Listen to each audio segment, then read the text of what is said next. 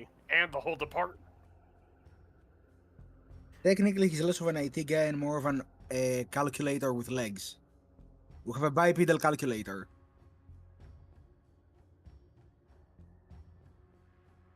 And I'm the OTK.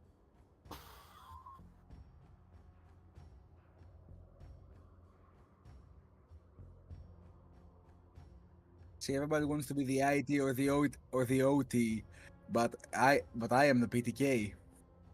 The TPK. Fuck.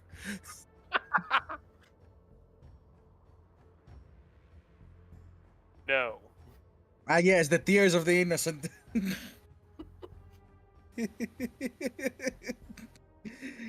Are we live?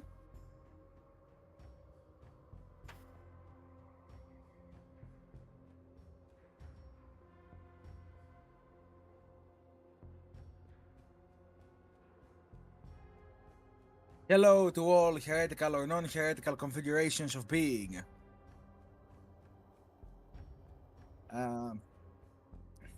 Yes. I am Sir Reaper, spelled Sir underscore Reaper. Yes, there has always been an underscore. And we very much would like to welcome you to another exciting little shindig, hootenanny even, of Hellfighters.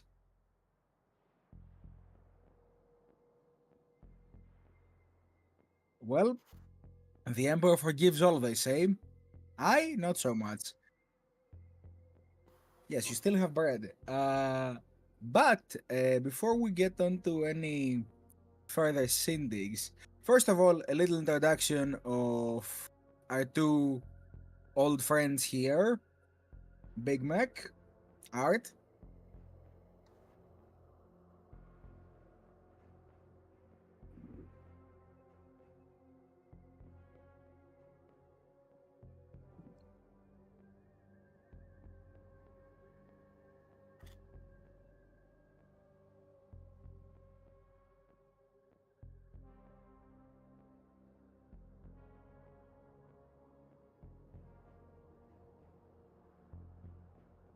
Uh-oh.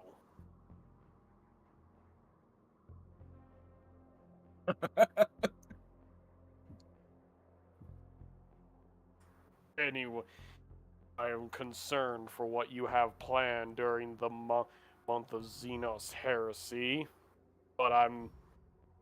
yes. But anyway, my name is Art, and I'll be playing the ever-loyal Lucas. Pray you're not in my crosshairs, for I will give you no mercy. See, as somebody who began the hobby playing Deathwatch, I avoid the month of the Xenos by fleeing to a distant land through a very peculiar misty type of transportation. But that's beyond the point. Um, Before we get started, I just want to say today I got caught up with all of the stuff that happened in Gamescom this year, and it was glorious. I'm not gonna spoil anything for anybody who hears this and has not been informed. Well, I will spoil some things, but I'm really excited for the Warhammer Fantasy stuff we saw. Well, Vermintide. I'm really excited for the Darktide stuff we saw. And I mean, yes.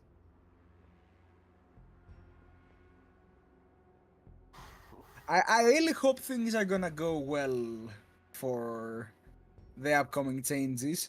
But one thing I know for sure is that, as some people know, well, actually, everybody in this group so far has, at least to some degree, dabbled a little bit in the art of heisting with Payday. I myself have spent nearly 4,000 hours in that, so I was very excited when Payday 3 managed to sweep two awards 1 month before it's released. And I just had to shout it out that I'm really proud of my boys.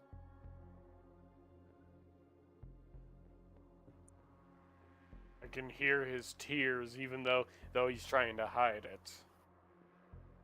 I'm ha- yeah, I just spilled my ice cream all over my eyes.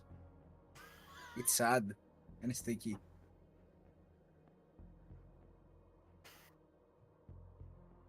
Yeah, it's cream for your eyes. How do you do it? Like, do you actually eat it? Yes, like any Yeah. sane person. Anyway, October is also the month of spooky stuff, and in that regard, I may also have plans in October that may or may not be streamed, and we're gonna do one of the spookiest things of all. Try new things. Oh no. No, we're gonna do something even scarier. Do something that we haven't done before, something new.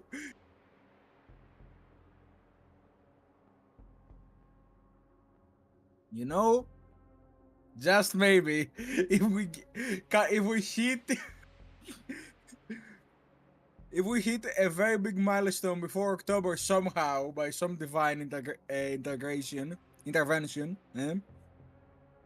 I will host a Barbie's Horse Adventure one-off in 40K.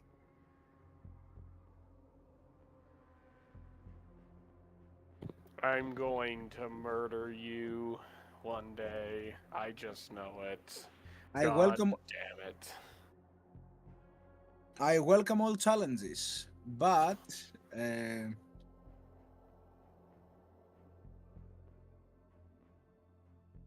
I also have a message here from the Martyr. By the way, Uh-oh. yeah, you know the Martyr, that guy that's been haunting after us for the past few months. Uh huh. He's saying this. I live in a low income housing environment that goes by the government name of Section 8. Me and a group of my allies control areas of this section in order to run our illegitimate business. We are, let's see. Um, oh yeah, and then continues. We possess an registered firearm, stolen vehicles, mind-altering inhibitors, and only use cash for financial purchases. If anyone would like to settle unfinished altercations, I will be more than happy to release my address. I would like to warn you, I'm a very dangerous individual and I regularly disobey the law. God fucking damn it, Reaper. God fucking damn it. Alright, so with that in mind, how about you two fine fellows give me a summary of what happened last time?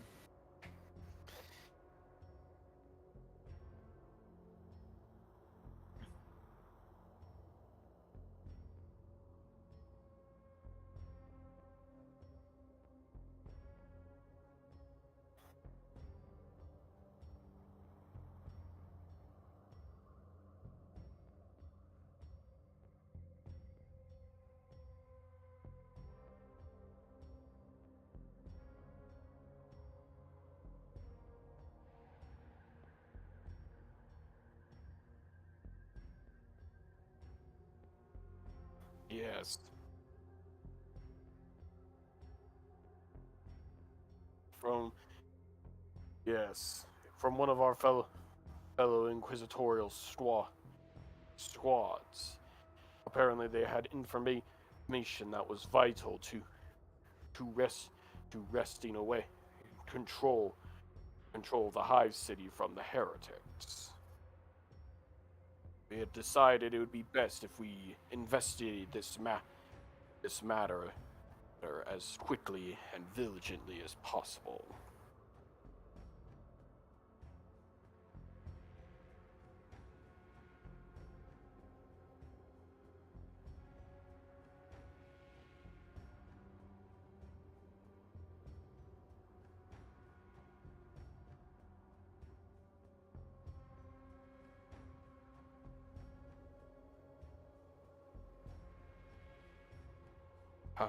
However, as we ascended the stairs, I had noticed that their designated caster had been at that time mysteriously gone. But knowing every squad, the Voxcaster cannot cannot fall into enemy hands, so they must have hid it. And I believe it must have fallen to the commander, who would have placed it somewhere well hidden.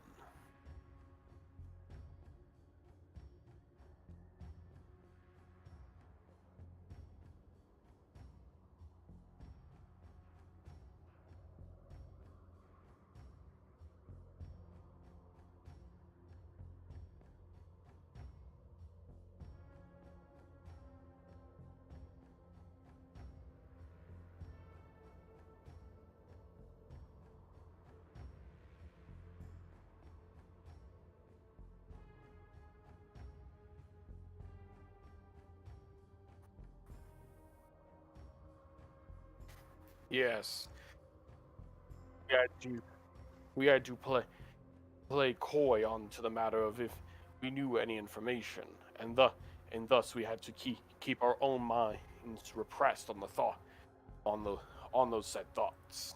Thankfully, with the ogre, we just need to distract him with bread to keep that information from being reached by our handler. Mhm. Now, while we were entertained by bread and circuses, there was although an unfortunate loss of one David Victoris, who did not Yes. survive the crash, it seems. Some evidence may point to Shatz, while others may point to him being the only unlucky survivor of the crash. Indeed. And however, I would like to make one correction before handing out this beautiful point of glory. That Lucas, you mentioned about um, yeah, you mentioned that you were given a letter from a fellow inquisitorial team. While that may be an assumption you made, you as a party had no clear way of knowing who sent it due to the mystery of the signage. An eye surrounded by talon claws. Well, within the clutch of talons, I should say, probably. Correct. Now, anything, would either of you like to exchange your campaign cards before we proceed into the session?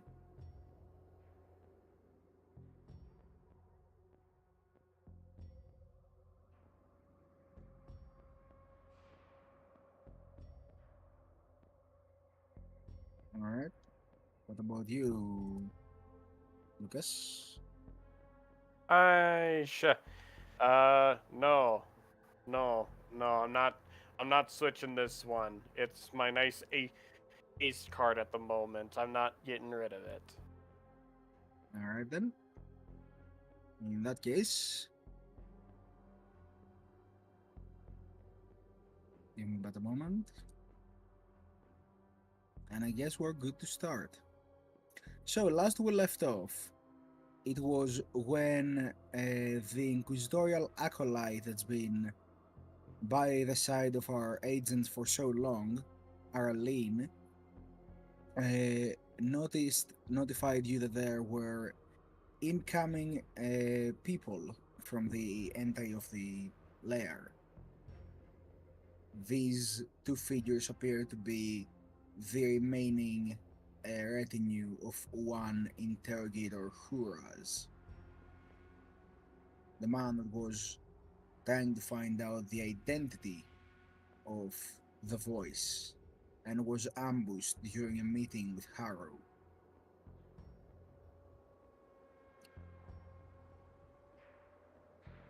And with that, as the pneumatic doors swing open with the agreement of the servitor that's stationed by the door, two figures make their way inside the room. And I would like to pass a couple of points of wrath and some cards to our new team members. Uh, oh, well, I was going to say to to our friendly new members, Muldoon and Docs 404.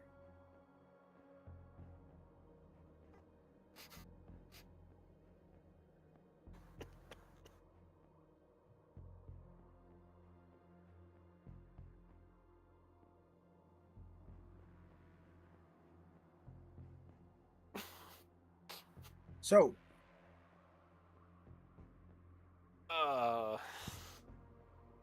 Talks or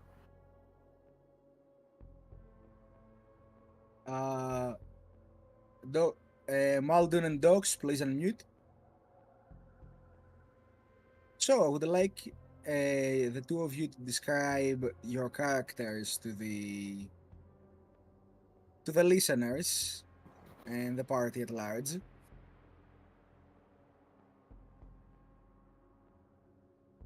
Alright, sure. Guess I start.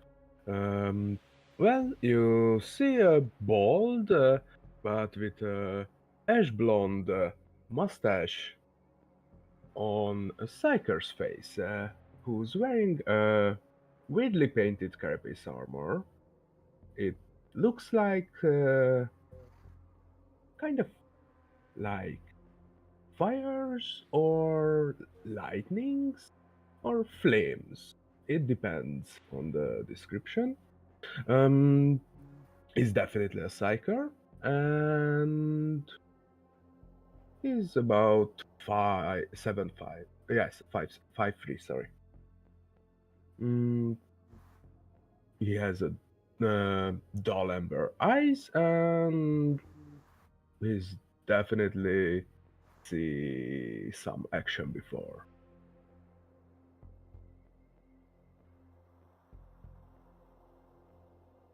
Alright, next to him is a person with stature about around 5'5", is dressed in an Adeptus Mechanicus robes of black and white, and easily tell from the servos moving in his arms and legs he is augmented, and he doesn't look to be well acquainted with combat experience, as he seems to only be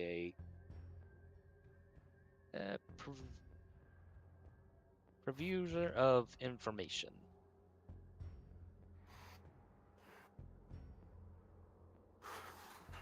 Excellent. As the two of them walk in the room, both of you recognize upon them the identifying marks of the Scholastica Psychana and Adeptus Mechanicus. Two, I mean, you've served with the Vostorian Firstborn, correct? Then you might have had experience with the primary psychers of the Astra Militarum, the combat units of the Scholastica Psychana. Exactly.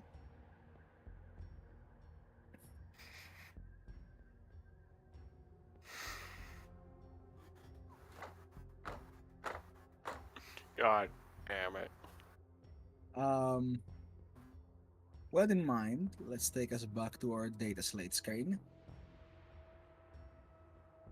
And I guess it is time for another little addition.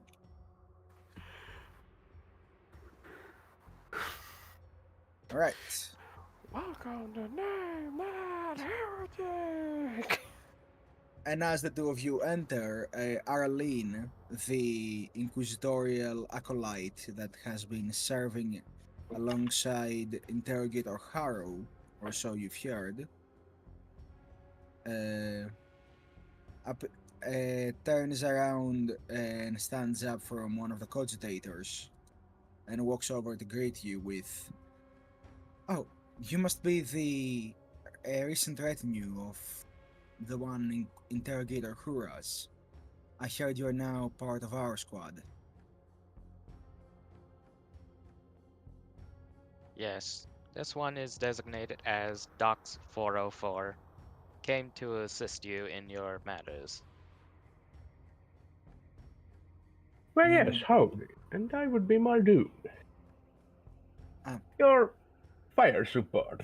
If you. Yeah, fire support.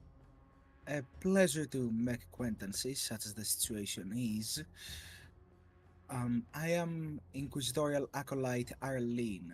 This is the rest of the rest of the squad.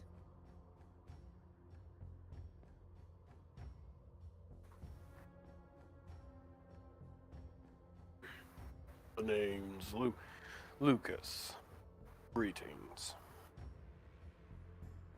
Well, It seems, according to the documentation I've been given, that you are to act as reinforcement to Psi 3315, the squad known as Hellfighters. At least so long as this mission is still in hand.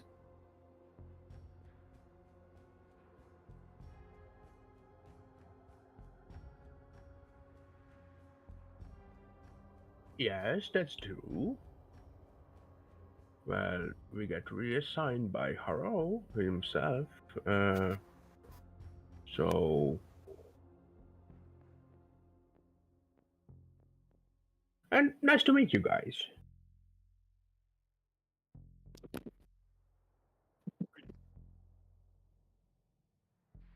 I see you have a mustache too, big fella. As I just rub my mustache a little bit. Pretty nice one. Pretty nice one.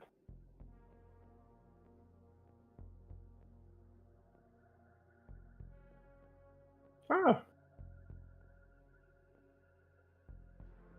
I see you have a good taste too.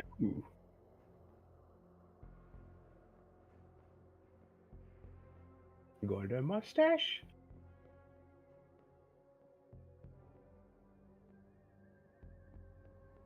Muldoon just leans to Irene. Is she talking about the Emperor? I have been led to believe so.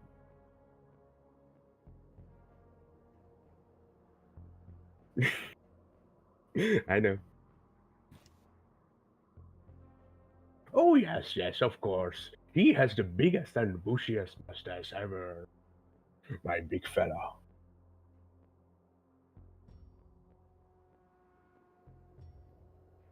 Oh, I bet he does.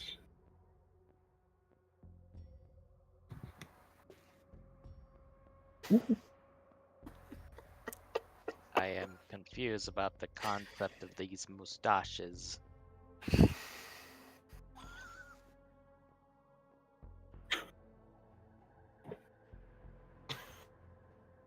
And I don't know why I should need one. How do you even know I have a mustache?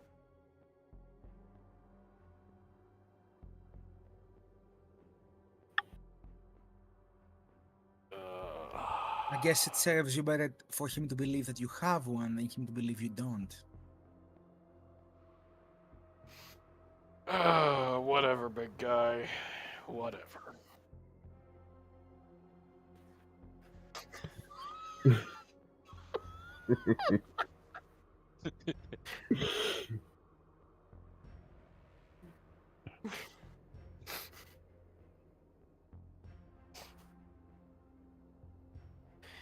As Uh, you as you're having this conversation, we're going to shift to a whole different tone from the simplicity of the Ogryn. As the essentially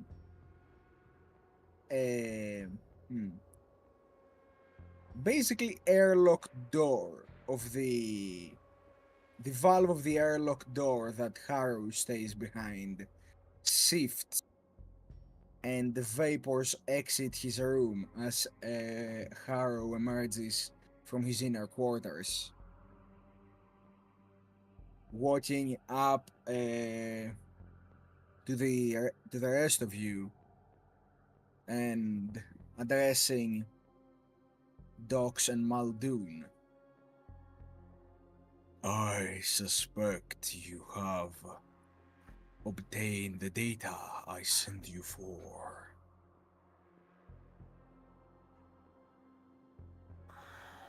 Only so much that we could find, unfortunately. And how much would that be? Harrow says as he makes his way to the cogitators. Well, we found suspicious footage that we found possible meeting grounds between a certain individual and a few unknown individuals. And who might that individual of certainty be? From possible accounts, I believe it was Sergeant Malker, or Malkier, or however he's pronounced. Sorry. Malker. Are you suggesting he was meeting with agents outside of the Inquisition? Unfortunately, it wasn't verified. We weren't able to identify who those other individuals were. Just know that we found him in a meeting on one of the city streets, and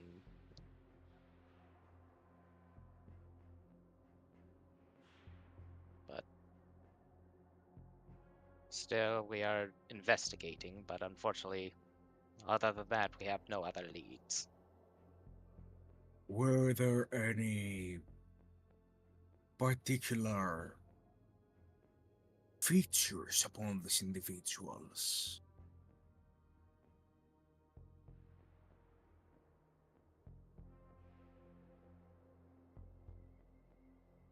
Again, I wasn't able to discern too much of their identity. They seemed to be out of the range from the footage. I see.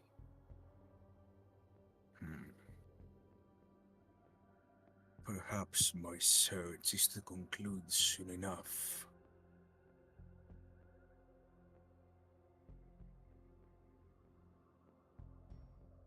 He turns his attention to the rest of you, Maximo, Lucas, and Arlen. Have you had any response from Sergeant Malker's team during your return to operations here? Unfortunately not. It seems as if all communication has been lost at the moment with them. We don't know if it is due to sabotage, interference due to range, or something else altogether.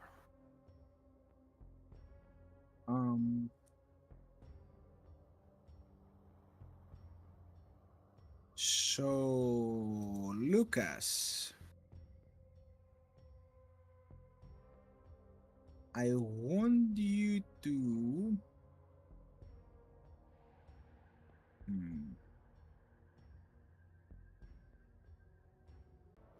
Oh. Oh no.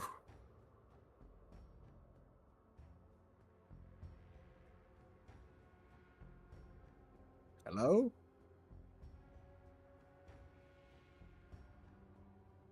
Uh-oh. Oh no. That's not good.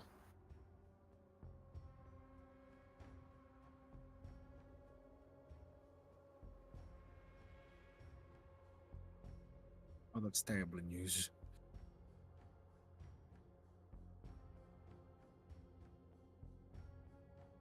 At least we know how to deal with this.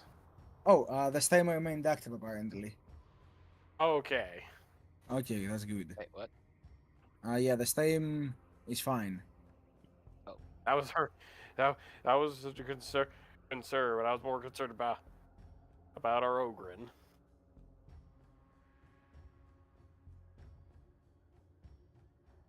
All right. In that case, yeah, we're just discussing about a test that Lucas here had to make. And he did make it. with total icons of 3. Lucas. All right. This is interesting.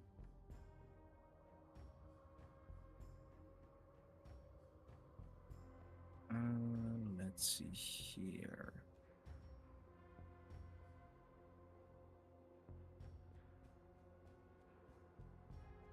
Oh.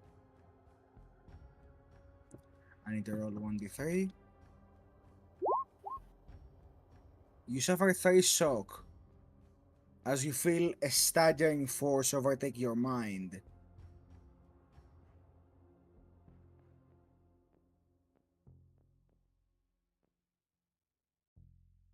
And according to my roll here, we have some things to worry about now. Yep. I had a bad feeling about this entire thing because technically my character is not lying. We have not been able to reach contact with You him. were able to reach him. You know fully of his fate. He did not ask if you have made the. He asked if you had gained any information on what happened with him. All right. While there are no paintings or statues within this lair, there are effigies and icons of the symbol of the Omnissiah on some cogitators and that of the Emperor in certain other places, like little shrines, or that book Maximo keeps on himself. As you see all of these effigies and little icons begin to whip blood as the lights in the room flicker, and you all hear this terrifying voice come out of Harrow. You would lie to me, guardsman?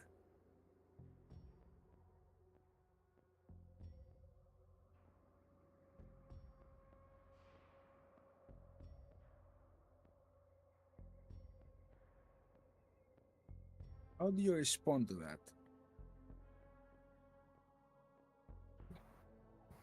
In this case, Lucas does plainly say again.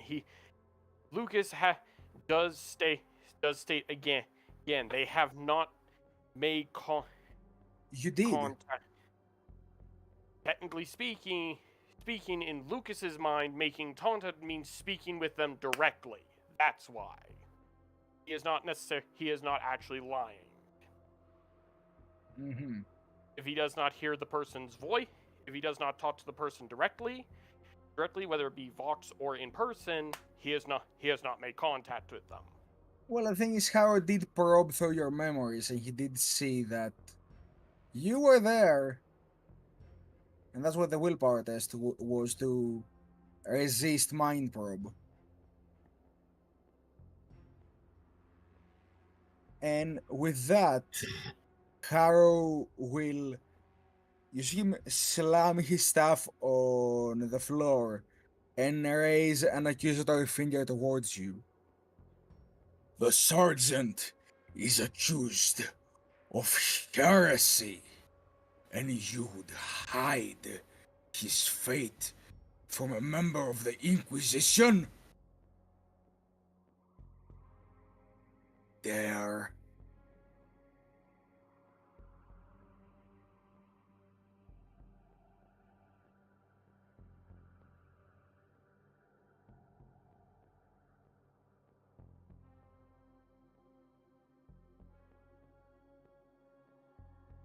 Noticing the situation and having been there before, Aralyn speaks up.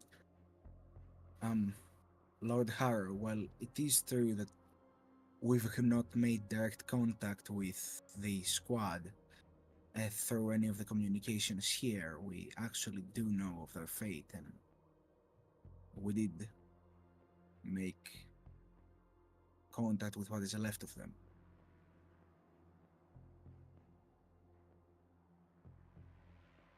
It appears that They perished in the havoc you sent them to investigate.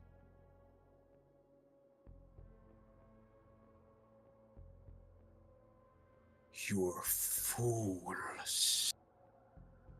You came here. Your minds, your thoughts poisoned by the very idea of an interrogator committing the highest act of heresy. Completely befuddled simply because of the words of another? What fools can you be? Mere rejects.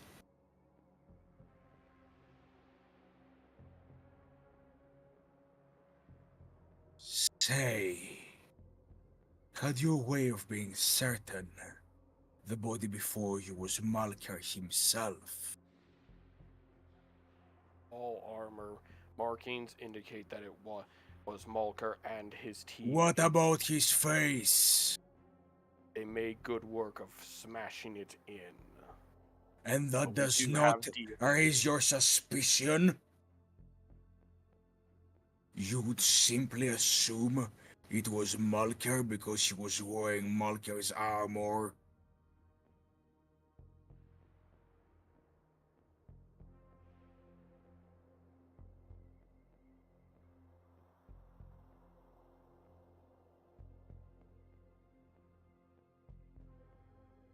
His accusation could have been a well put together lie. Killing of his team, making one of the sacrifices for their cause take his place in that armor and making away with his traitor buddies while you were off chasing sounds of heresy from the words of what you assumed to be a dying soldier when you had no reason or way of identifying if it was even him. And most foolhardy of all, to think that I did not know this even before you entered this very lair.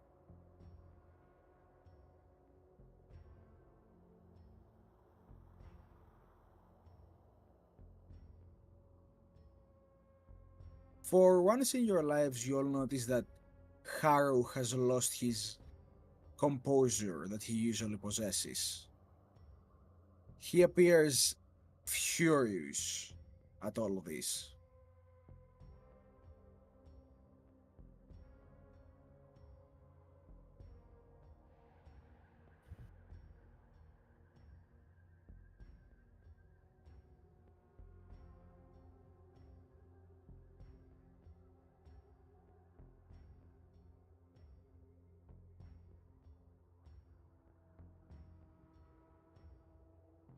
Lucas? Here, are you still with me? Yep. He reaches into the holster of his stabber and aims it at you.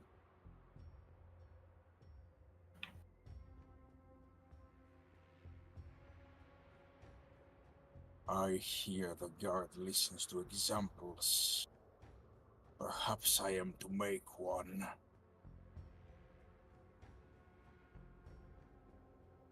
And yet I have done my due diligence in killing every You single... have disobeyed my orders and assumed your interrogator a heretic.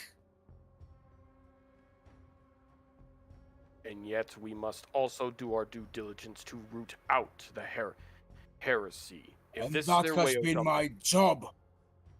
yes. But if they are trying to also divide us, should we not also use this to our advantage? Make them believe that we are looking in the wrong direction when in reality we are looking in the right direction. No.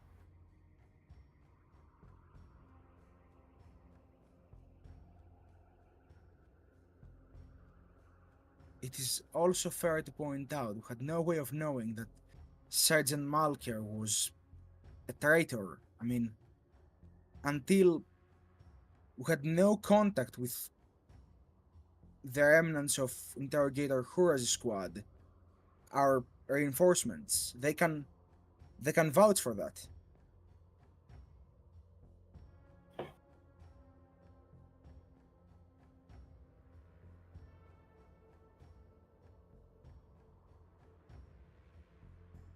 Harrow looks at the two of you, Dox and Muldoon, expecting you to say something.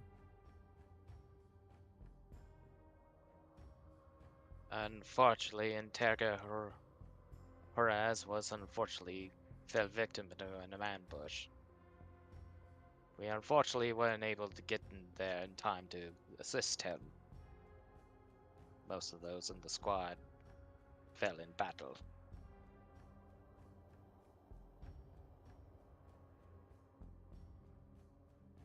Right now, it's difficult to explain, but unfortunately, they were investigating on possible connections to a Vox hacking known as The Voice.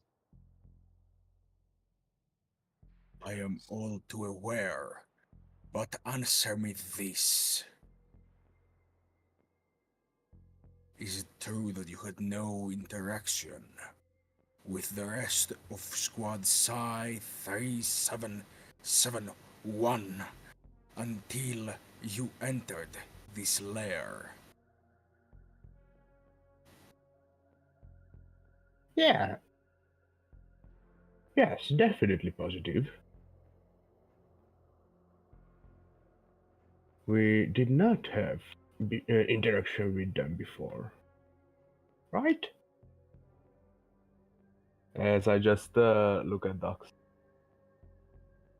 You see tension be removed from the trigger of his weapon as he lets go of the trigger and places his finger to the side of the gun, lowering his arm shortly.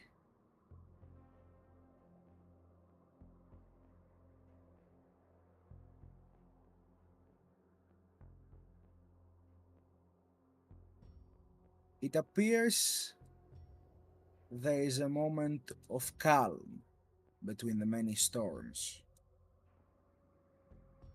It appears so.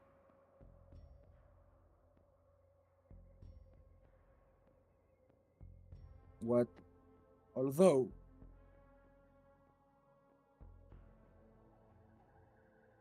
in an unfortunate case of timing not befitting current events, you all hear a sound that breaks the silence in a most distressful manner. You hear the sound of footsteps outside. Plenty of them.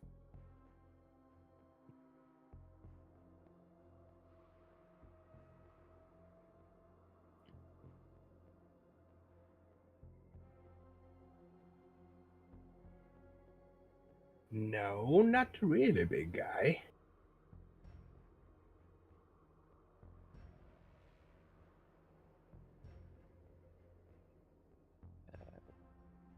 Alright. So we're gonna do a thing now. You may notice that now you have access to a map. A handcrafted lair. What? Right. What the? Okay. Like, No, it was just a mistake. Don't worry about it. And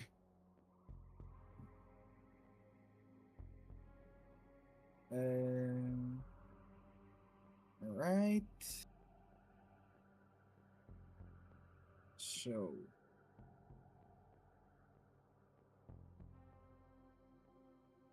good. And as you hear the footsteps make their way down, you all are given one turn to mobilize and ready any actions you might wish to take. For there is no. For you have not been expecting anyone.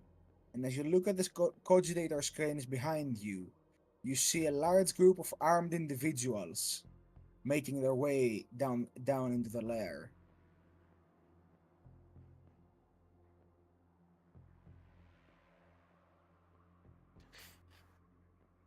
Very fast, yes. yep. Um, Proceed to open fire.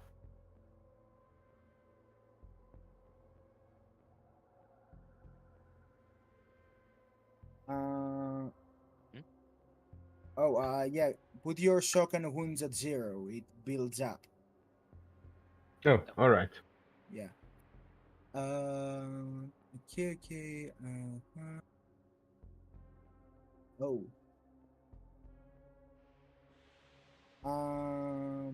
I will say yeah. It has been like a good enough time for one wound to be patched. Lucas, you still have the face shock as you got from earlier when Harrow used Yep. mind probe on you. And as Harrow sees the individuals coming down the stairs, she yells out, "The traitor! They found us!" And now, hold on, everyone. Let's just do all of this in turn order, so we maintain a semblance of peace. Who would like to go first? The NPCs will go last.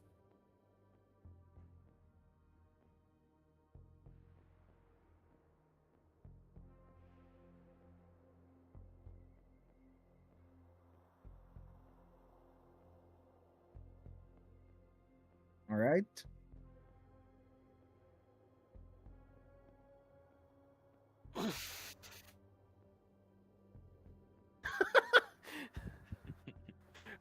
I mean that's one way of doing it. I guess I'll go next, just to keep with continuity, as Maximo then essentially gets onto prone position to fire on the door. I I just turn towards the door and prepare to fire straight through into anyone who comes through.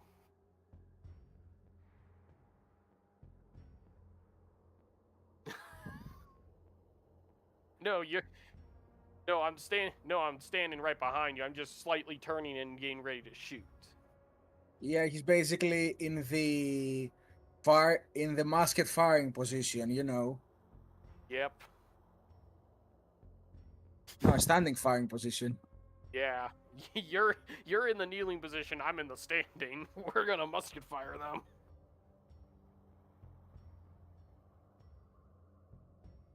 All right.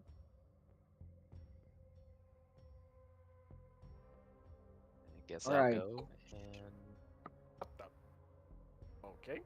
It still says IT guy, and you're talking. We'll need to fix it yeah, next I session. know. Yeah, he's gonna quickly walk over here and hide close to the monitors here. It's like that's kind of like cover here or something. All right. Yeah, for the rest of you, most of these tables and machines can be counted as half cover. The walls are full cover for Maximo. The walls are full cover, and I guess if you're prone, you can use the other things as full cover, but you don't really have half cover. Yeah.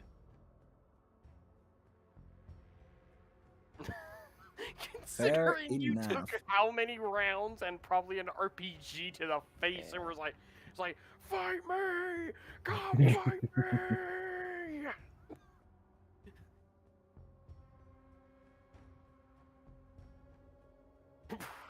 Pretty much. Yeah.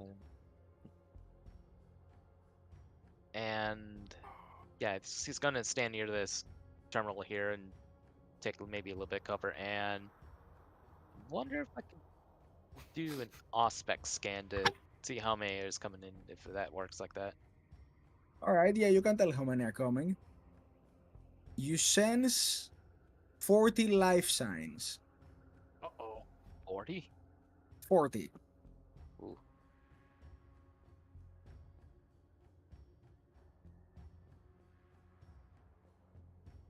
Yeah, he's gonna probably call out, warning, 40 intruders are engaging in our direction. He just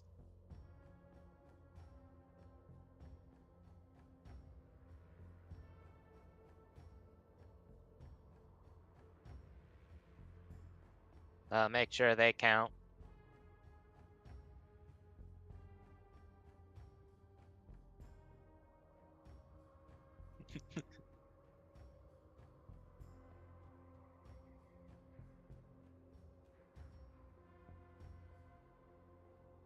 Yeah, just pull a last Excellent. pistol and be ready.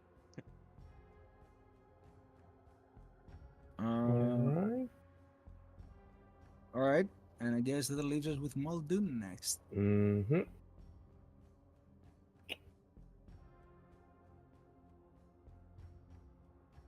If I go to the door, do I see anything nearby, like 10 meters?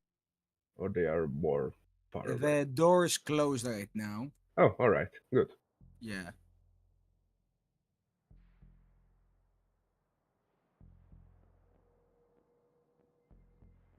I mean, if they have the right devices, but that would also account on these people who have so far been using autoguns having the right devices.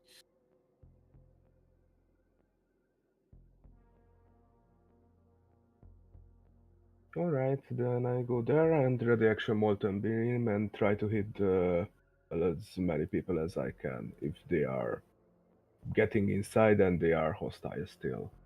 Because we don't know if they are. Maybe they just bring extra bread for us. I guess that could be a case. Maximo point.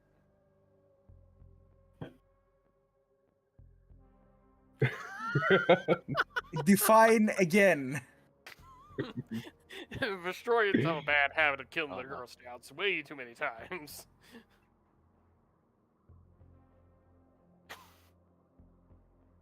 All right. Now that you've had your prep turn. Actually, hold on, I forgot the NPCs, right?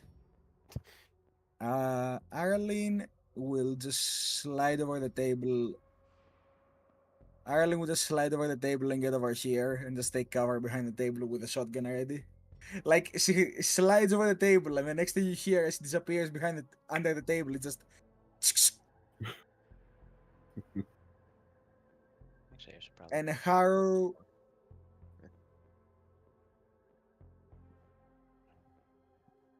Harrow is going to move for the door and engage the servitor's emergency lockdown. As you see, essentially the servitor shut down, and you see a red light come from the door.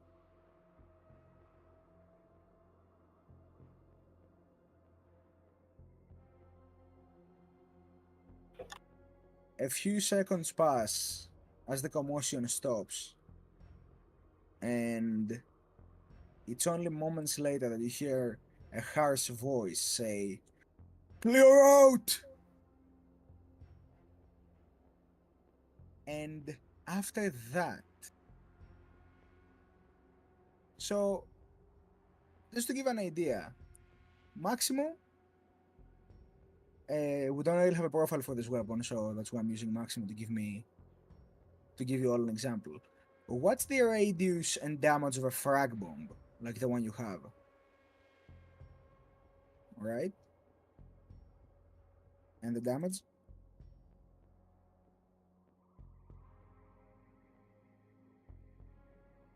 Alright.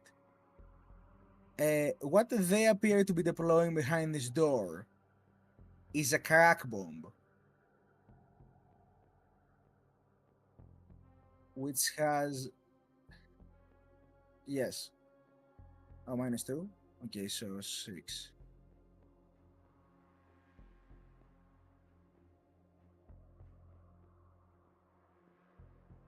Yeah, I thought it was half of a frag, so it was like 4. Anyway, hold on. Yeah, 6 is also fine. It will only affect the corridor, really, so, you know. But I'm I feel basically sorry. calculating. Yeah, the corridor and the servitor are not gonna have a fun time. Everybody else, you're basically fine. Nobody's too close to the doors. And you all hear this loud dust flies everywhere, blinding you all for a few moments. And let's get some appropriate music here. Not this. Ah, yes, we need the horror music. Not this either. I need something for this. Hold on. I think I have it.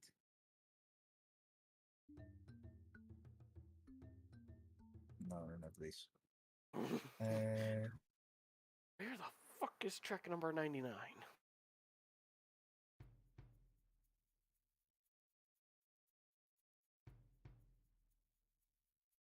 I could use that again, yeah.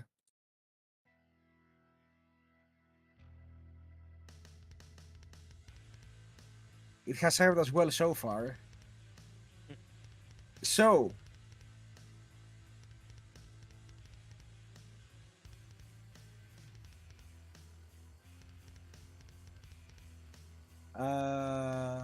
hold a moment, because this explosion creates a malfunctioning power hazard,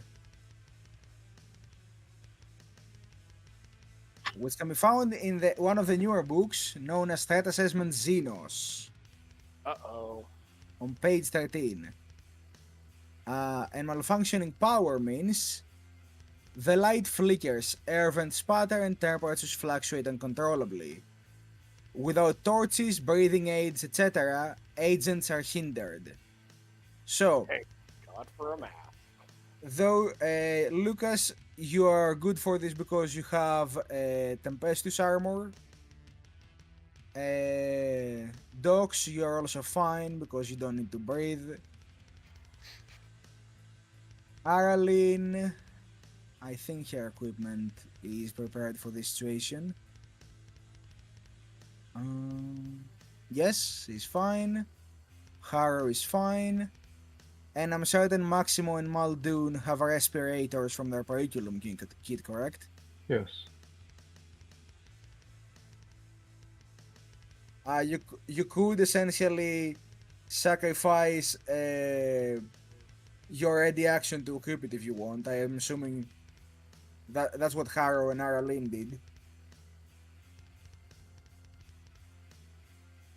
Alright, you are hindered, so make me a basic suit check, essentially.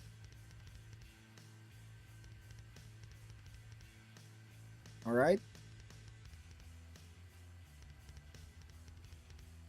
Mm-hmm.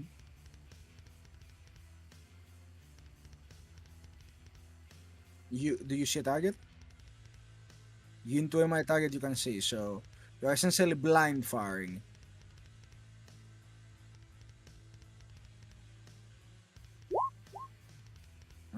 Alright. 12. I'm fairly certain it will hit. Just let me see how the negative effects of that you have accumulated change things. +1 to all test, and I'm adding another +4 because you're blind firing. As if you had the blinded condition. So overall +5 DN to the defense. That will still be 5 hits though. So that will still be 5 additional hits. Yeah, so with 5 additional hits, I'll show you what happens. As the first 20 of this squad of 40 appears, a certain number of them are erased thanks to your bolter fire as their lines quickly close the gap.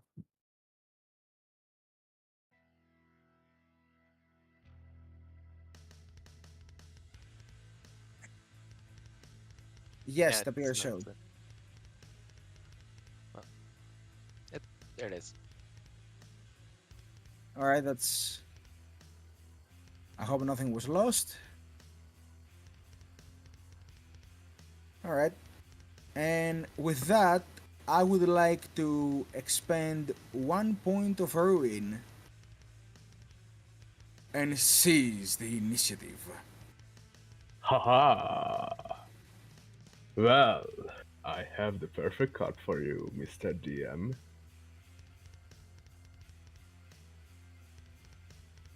Beh, Oh, let's see here.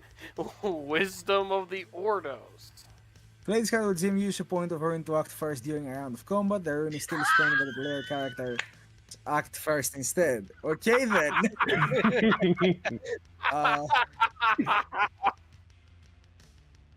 uh, you know what?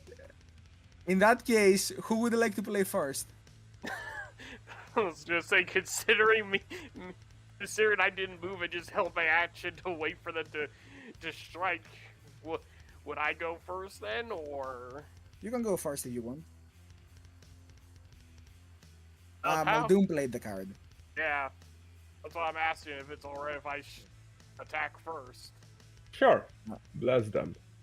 Alright, Alrighty. go right ahead. Yay, I'm shooting with the long las. In short range, it's obviously in short range, and then let's see, anything else that I have that would add to it. Oh yes, red dot side +1 bonus die to range attacks. Yeah, don't need to be. Yeah, that's gonna be fun. That should be a +2 bonus. Any contention, DM? No? Alright. Rolling. Ooh. Okay, so we seem to have expended reliable already. Yep. Roll for damage. Okay. How many do I shift? 1.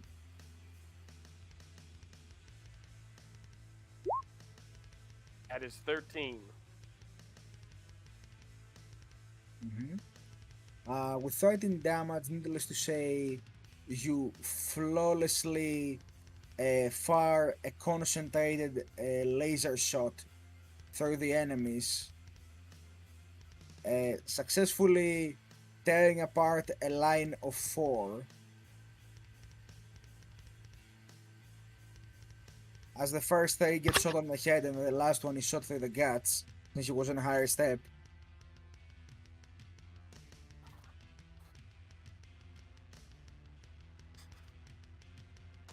Ooh. That's gonna hurt all them. So now they technically have to make an attack, but they also have Maximo. Oh yeah, that's right, Maximo.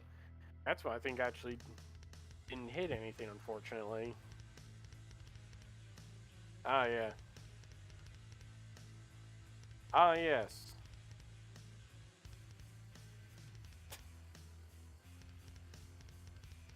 Alright, so, with that in mind, these fellas here are going to play now. And first of all, they're going to reorganize a bit, and they're going to move.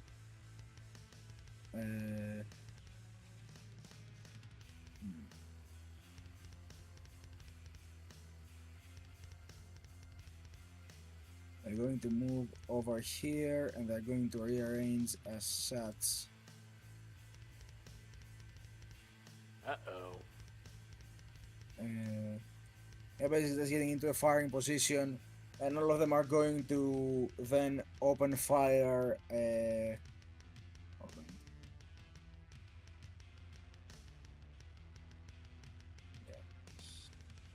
If someone's got a grenade, they can shoot. They can blow them up pretty good. You'd be surprised how ineffective grenades are against mobs. Ah. And they're all going to shoot at Maximo, since he's the one who opened fire to them and killed the most. I'm fairly certain.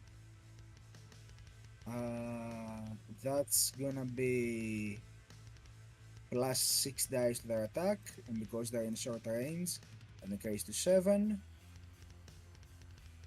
And the weapon does have a rapid fire, so it will gain extra ID if it hits.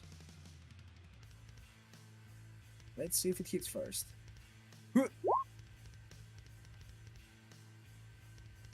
that's 8. Mobs cannot complicate. Does the 8 hit?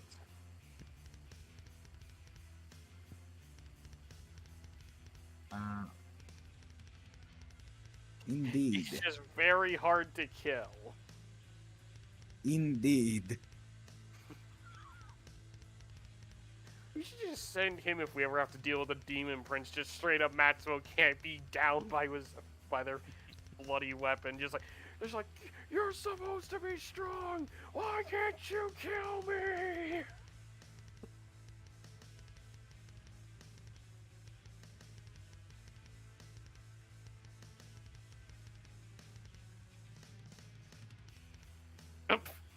Yeah, it's called having a shield. All Ogrins do it.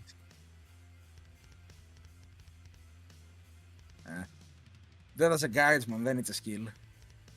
Anyway, but they open fire at you. They're gonna shift 2.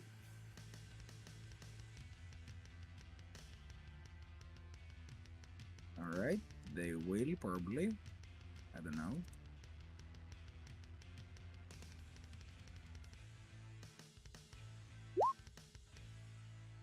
That's gonna be 9.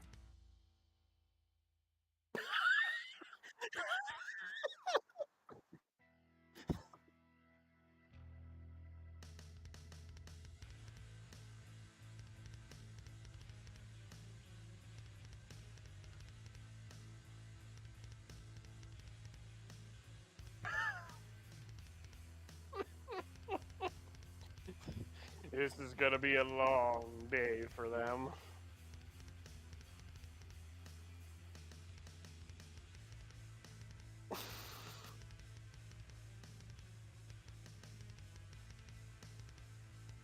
All right, so Hey. who would like to go next? Right.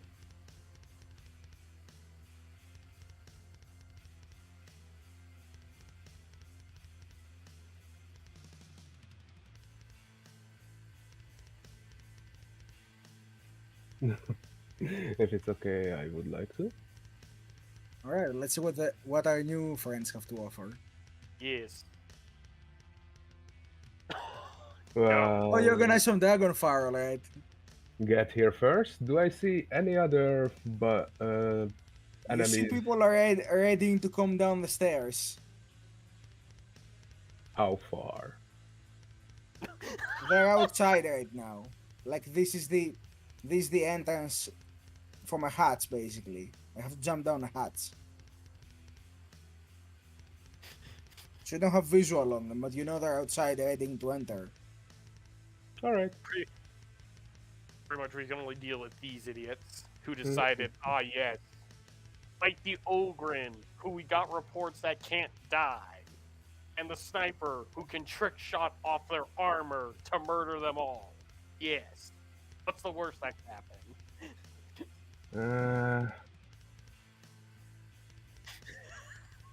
Such a tricky DM you are. If I aiming my molten beam that way, I'm hitting 3, 4. Molten beam is basically like a normal shot. It's how many icons you get.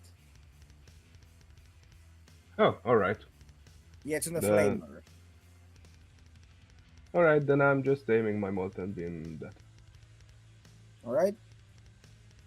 Let's see if it's manifest. Wait, what? Why? Why? Let's see here. It's kind of-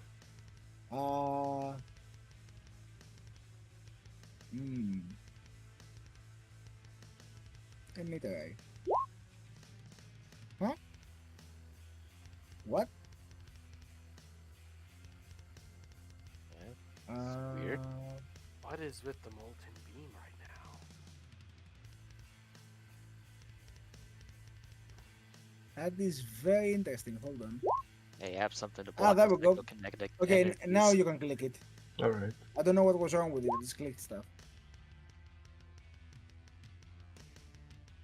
Oh boy. Oh no, that's a glory. Okay, good. So, that's 8. which surpasses. Oh boy, that's gonna Oh. be. Ooh. Yeah, so you blast that way, and then you shift the beam around, and you manage to take down 7 of them. Actually, Alright. hold on. Alright, sorry. You need to roll for damage. Roll molten beam with 2 shifts, and you have 2 shifts. Alright. 24. 24. Yeah, you Oh. literally do a graft on the wall behind them with a molten beam. What wall?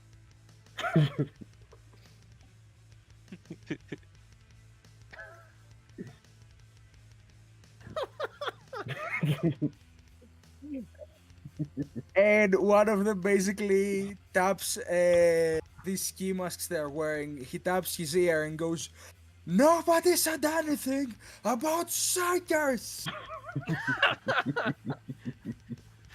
Harrow takes offense for this. No, they did say that. Don't worry. Yeah. They get reports of Lucas and Maximo. They just didn't get reports of the IT guy and Mr. I'm gonna burninate the countryside. Burn, baby, burn. Disco Inferno.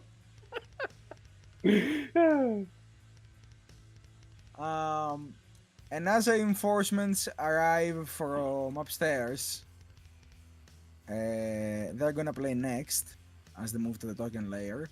Oh! They told you Okay. 40 people. I warned you all. Yeah, he warned you all, literally. And they're all going to bayonet charge Muldoon, I guess. Because it's a convenient target they have in front of them. God damn it. God And damn it. technically, him being there makes them engaged with him, so they now have to do this. Congratulations, you're not gonna be married to these goddamn bayonets. Yeah. They proceed to surround you, and they all come in, charging around you. That's gonna be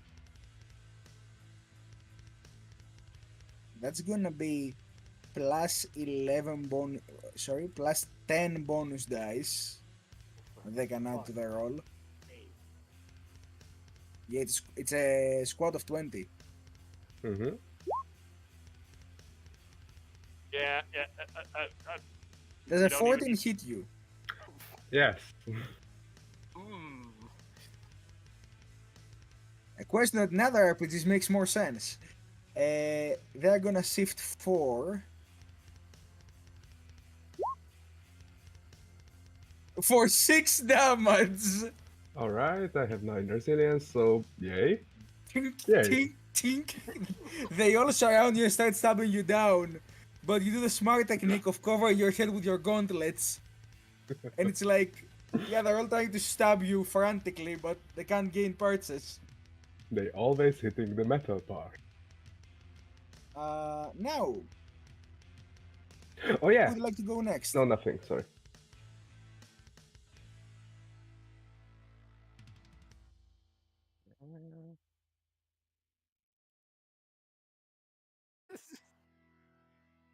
You can.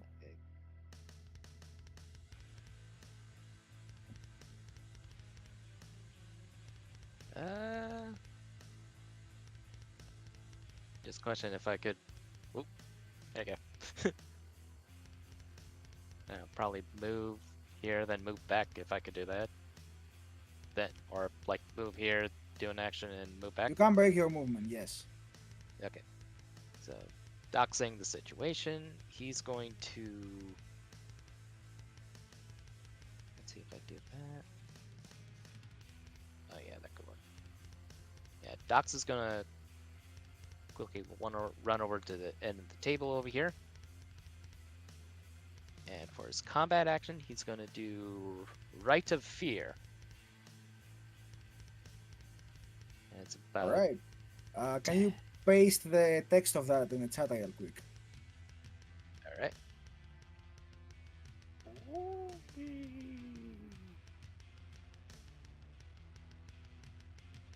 You see, as You see, as Dox prepares for his attack, he adjusts something on his vox augmentation, and as he does so, you hear the binary chanting of the machinery on him as well as his own, followed by the cogitators who appear to be undertaking horrifying images for a moment. And let's see what this cone looks like. Oh. Yeah, so it will affect the mob and Muldoon, unless you want to Yeah. do it like this and affect both mobs. Thinking more of the new group here and stuff. So just in case, but actually, If it Yeah. targets a mob, it affects the whole mob. oh, then yeah, Yeah. both of them, I guess.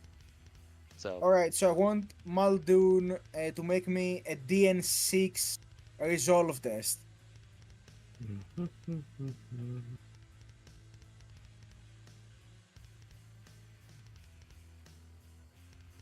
Resolve. As Dox unleashes this binoric screech that causes intense distress in everyone.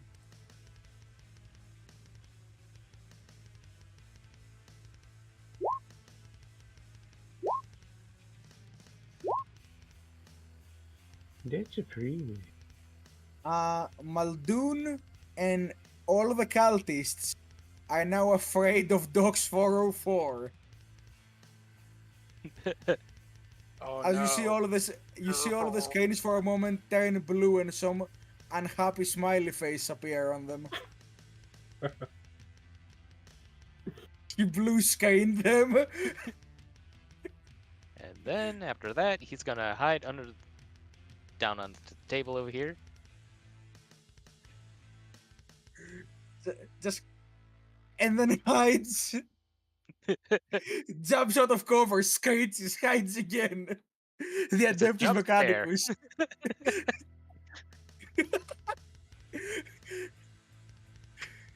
Man, I didn't know Mangle was in the game. So plus 2 DN to all tests while you are within range of your source of fear.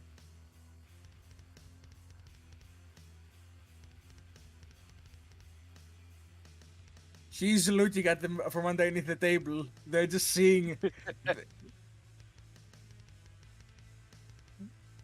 Uh-huh. So, Maximo, would you like to go next?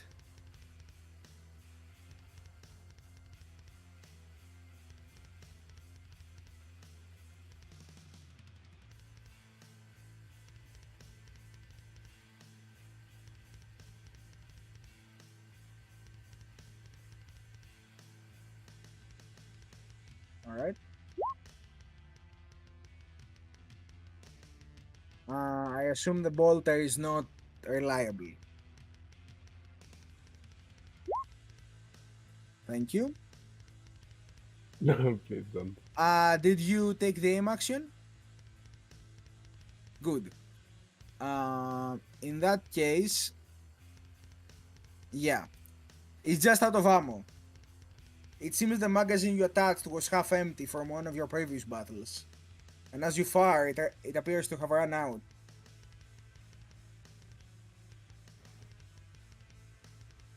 However, do roll me damage with one shift.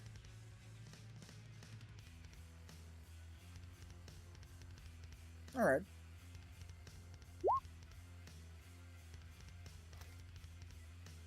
Alright, 1 second real quick. I hope you're watching because this is going to be very satisfying. Straight line. And as you turn your gun to shoot at the rest of the line, just...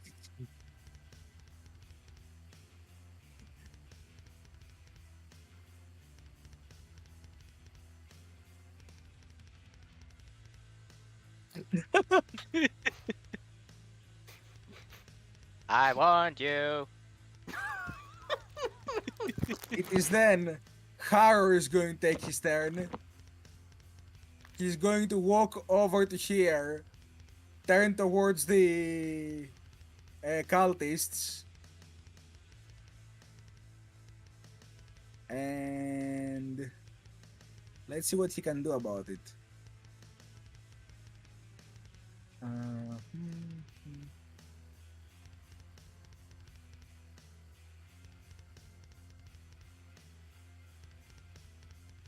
He's going to target them with smite.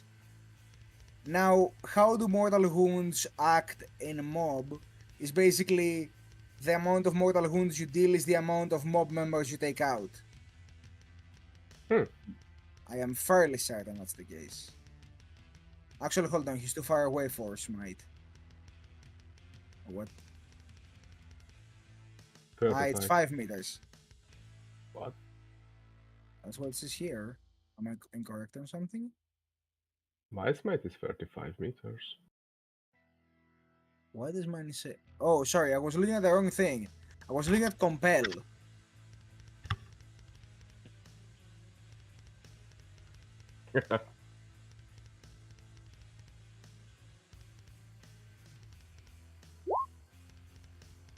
And he's going to unleash his smite against their toughness. Wait, what? Against their what? TD.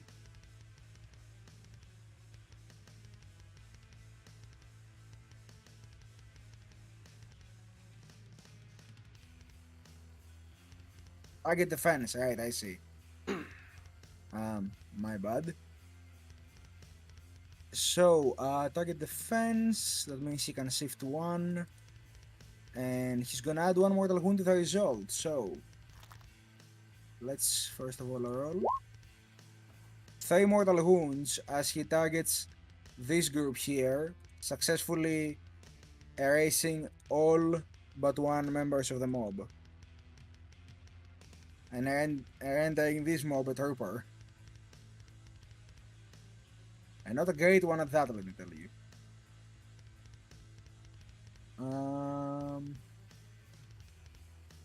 And now it's Aralin's turn. And Aralin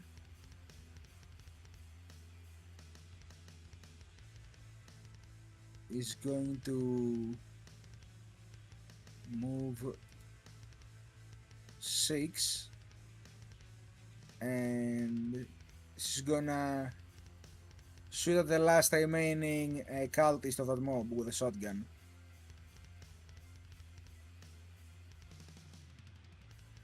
That is within short range.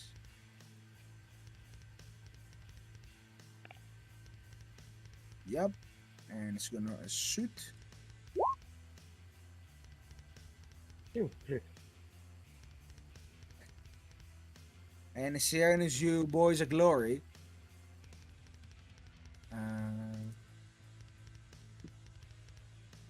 She's gonna shift 3.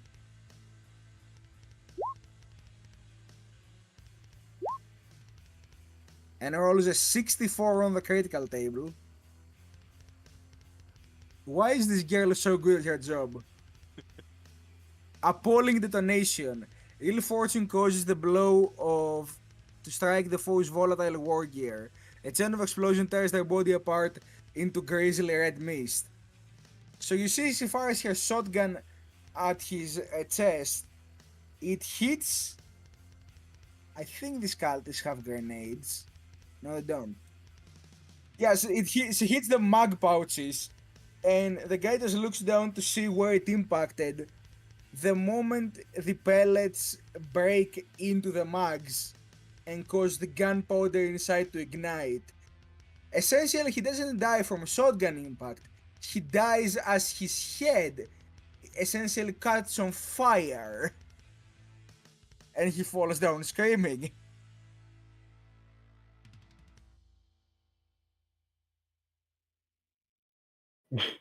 Right, No, it's this just must caused be the blast. gunpowder ignition and melted the dude's face. I feel like Roll20 has a bias towards shotguns. I don't know why. I feel like Roll20 has a bias with Haralin. Her equipment must be blessed by the Omnisire. She's the Emperor's own. Who would like... Who would like to go first on the next round? If it's okay. Yeah, if it's okay, I would like to. I think so far he's fine. But yeah, go ahead. Alright, I would like to You can take conjure an action to flame. fall back. Oh, okay. No, conjure flames. Alright, go ahead.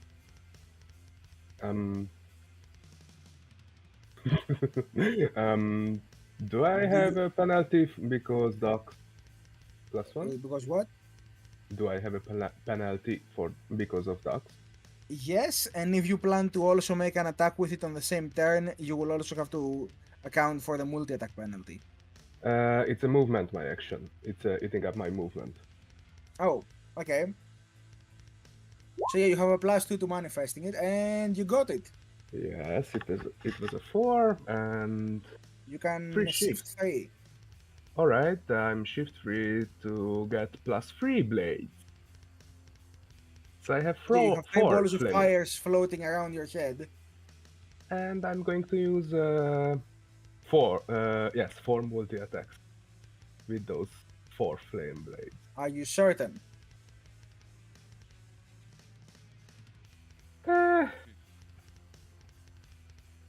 I'm asking because each that's a high attack DC probably. increased the DN by 2. Did we agree on to use psychic or? Yeah, psychic. Sure. Alright, so Yeah, their all defense 4. will be increased by 6. And another +2 because you're frightened.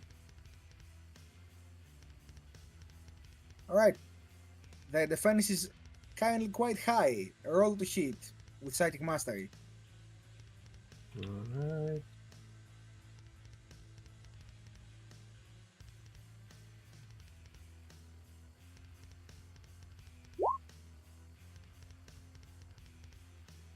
That's a no. Technically, and this is not that's a- manifesting a psychic power, so it's not powerless of the warp, but it is a complication on your sheet, which will be Alright. accounted for shortly. So 3 more times or? Yeah, you do 3 more times. Oh boy. As you whip your flames around, none of them manage to hit. You find it quite hard to control all 4 of them at the same time. And I need you to roll me 2d66 for your complications.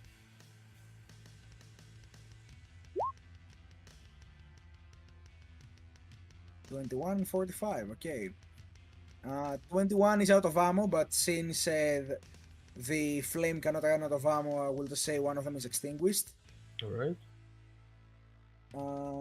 And with a 45, that's a weapon stack, but in this case, since you are not, since you are technically the weapon, as you step around to whip your flames, your foot gets stuck in some of the debris from the explosion.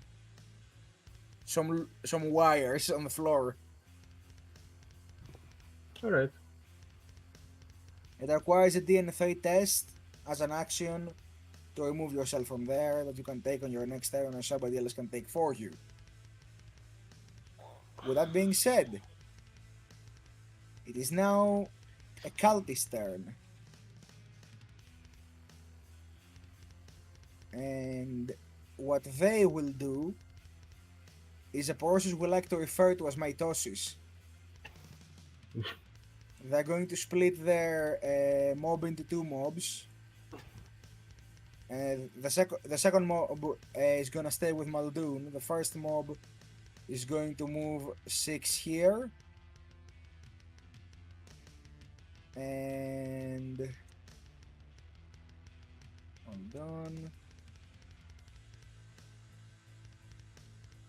Yeah, they're gonna move there, and they're all going to shoot for Lucas. Oh, now they decide to go shoot for the easier target. Thanks. Fine, they're gonna shoot Aralyn.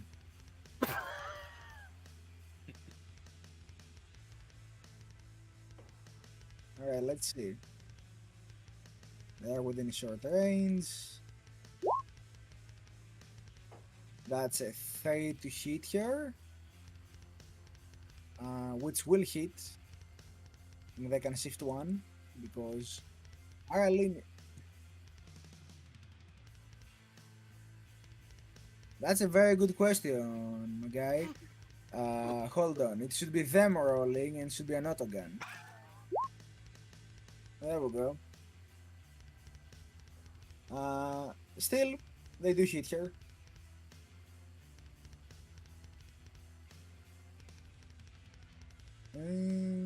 I'll count as half cover, in which case it still hits.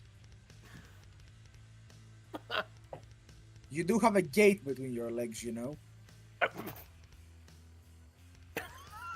Okay, then they're it's shooting just over your head. they can still shoot your shoulder over yours.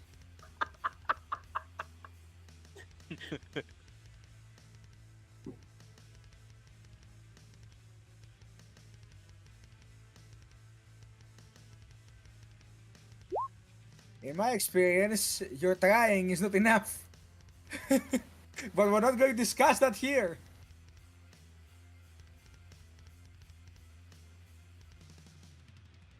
My shooting is impeccable. What are you? Alright, she's gonna sag to a shock, and she receives 2 wounds as you all see a splash of blood as Arlene is shot on the shoulder.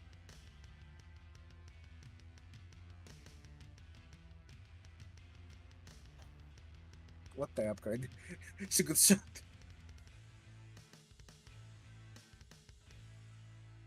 Alright, who would like to go next? Good. All right, big man. Let's see you blow them up with one round. They've shot the acolyte.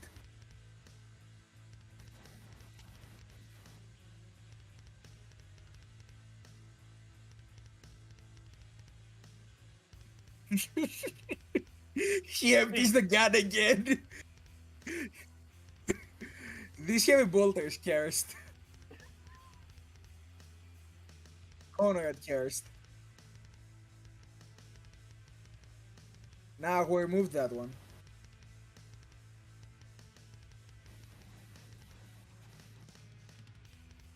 Alright.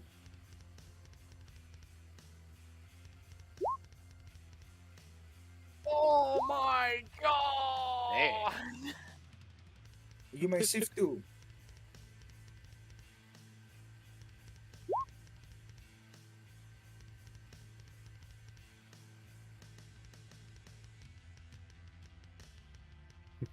What heretics? Also, let's Well. hit the critical real quick just for the sake of hilarity.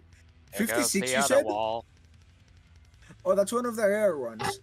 A Uh-oh. bone-shattering impact. A crippling blow smashed the foe's body, reducing arms, legs, ribs, and skulls into fractured splinters.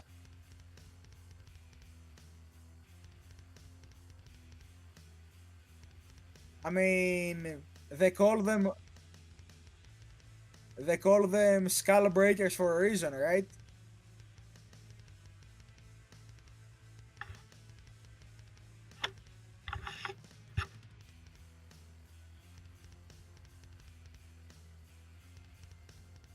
I think they And after deserved it. Maximo, it will be these heretics who, seeing what happened, they're gonna take the fallback action. They are.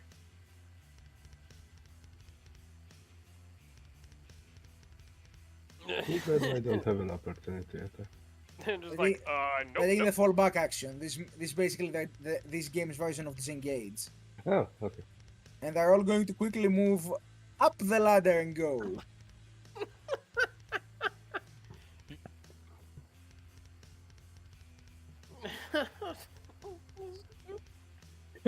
Kirk this shit, I'm out. And Harrow will quickly assert the situation before anything else happens, and will say, "Fools, what are you waiting for? After them! Me and Ireland will stay back. We must destroy the evidence."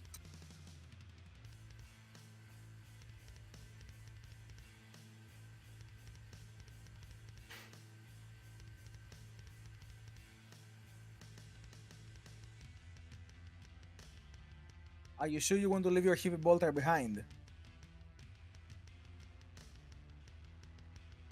Yeah. Yeah. We don't know if we're gonna be seeing the safe house again.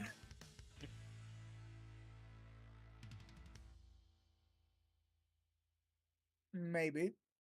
However, I assume the four of you agree to chase after them? Yes. Mm-hmm. Alright. Reluctantly. In I that am not case, designed I for can combat. box with him. With murderous intent. you're as outside and see them all mounting a cargo hauler equipped with a heavy stabber on the passenger seat. As you and as you open the latch to exit, you see the heavy stabber open fire. Using the latch to block the shots, you await as the engine revs up and they go, the bullets becoming a distant thunder. Lucas, I assume you're quick to do what you do best and grab the Taurox. Yep.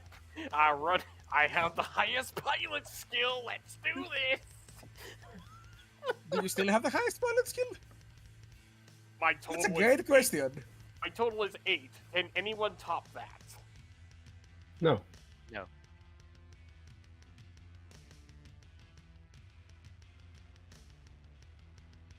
Yeah, I only got 2, so. So in other words, I'm the pilot. Get in. Get in the Taurox. Additional tasks. Chase the heretics. Alright. Uh, Lucas gets in. The initial D starts playing. No. All right. Gonna do this. Our way. Let's see here. What's this? Am I still scared of dogs? I'd say not anymore. Yeah, basically, who wants to be the passenger seat, by the way? I guess I will. Probably Yeah. assist the pilot if he needs it with technical issues. We are replacing the turret with me. Okay, so Dux gets in, slams the door, and you are also primed in position to use the. Oh wait, I forgot that we lost the gun in the last engagement. We I have a don't Mul- need a gun. What are you talking about? We still have the gun. We just call him Muldoon now. Yeah. I was thinking about the autocannons. It was a twin-linked autocannon. We lost it. That makes me sad.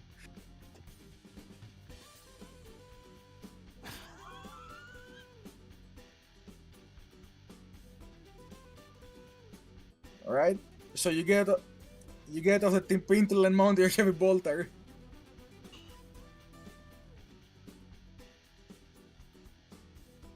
There is no autocannon anymore. They removed that Seems for this for vehicle parts. has been damaged recently. Long story that we'll have to talk about later. As I rev up the engine and gun it.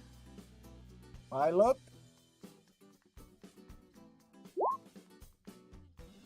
All right. That doesn't sound good. Would you? You can use a raptor roll that if you think you can do better. Yeah. I am now all out of wrath.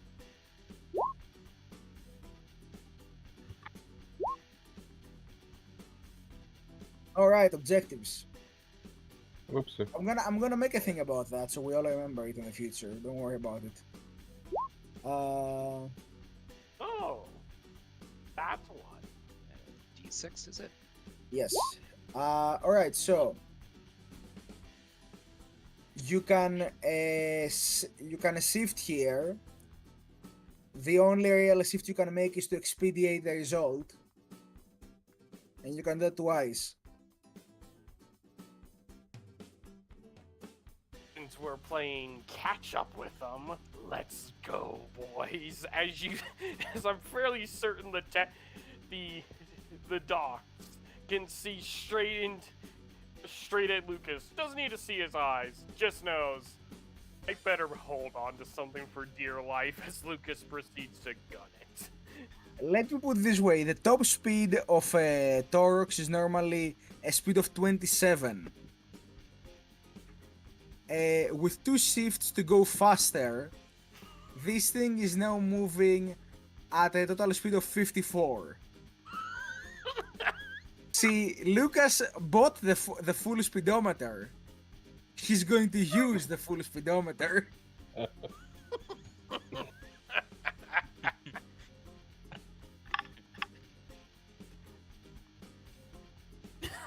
That's just a recommendation. Mind you, I am also drifting at this speed. And we're not dying.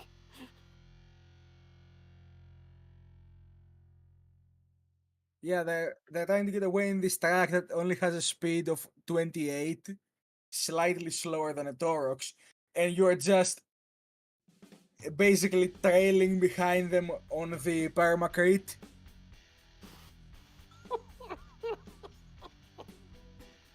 Almost like they were gonna pass them. Yeah, there are certain times where you're like right behind them and it's like you take a turn, another vehicle gets in the way, you chase after them. You are keeping a very good control of this vehicle so far. However, in one of these turns, I require you to make me a roll for... let's see. Yes, a vehicle evasion roll. What do I roll for that one? Well,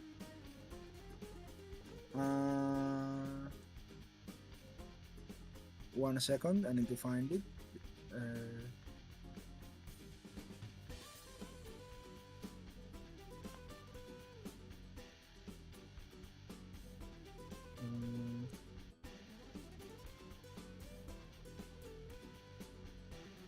I'm gonna find the exact rules now. Wonder if I could help them with this, maybe. I don't know.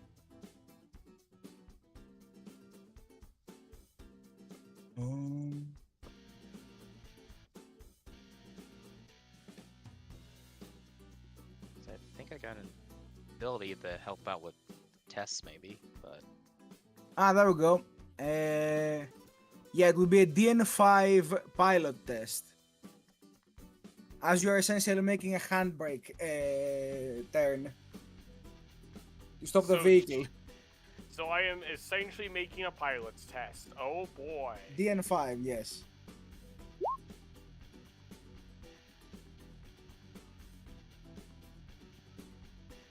What is with me blowing Let's out the put it this train? way. Let's put it this way.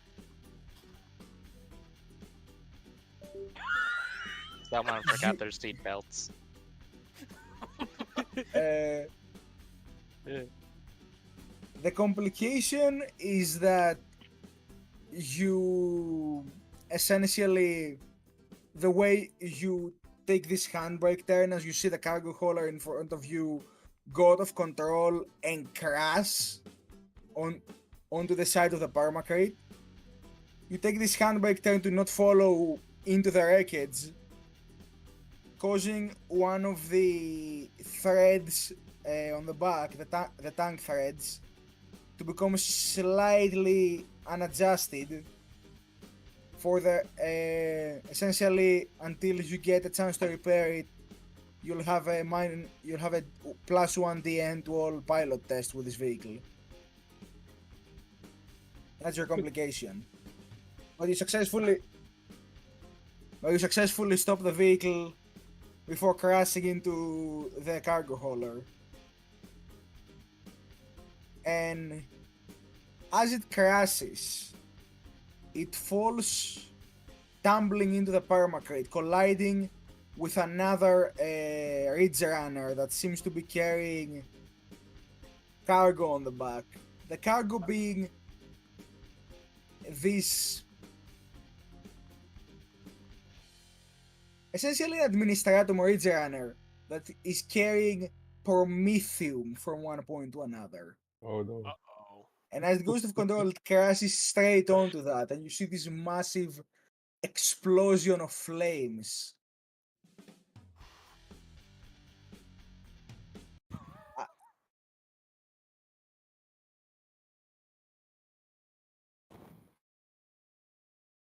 Well then. There goes our witnesses. As you say that, you see one figure crawling from the smoke and debris that appears to be wearing one of those ski masks, lifted above his nose so he can breathe more easily. Hey Maximo, I got you a friend to take back to base. He's still alive. Then put him out and take him back to base.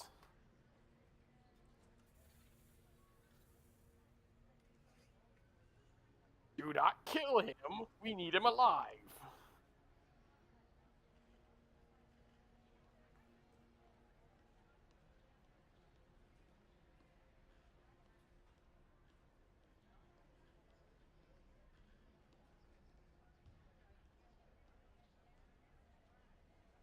I assume you all approach the guy, right?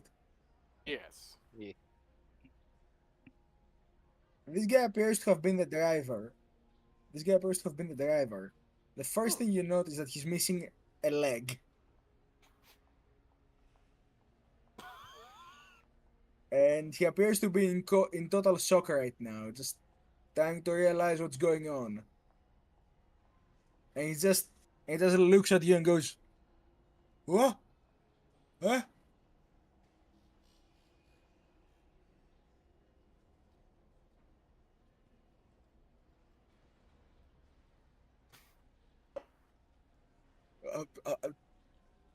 I had nothing to do with this.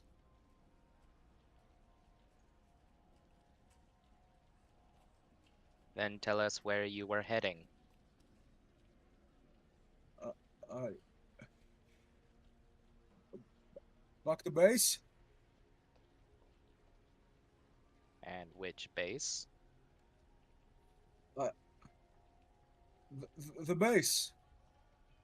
Need to go to the base.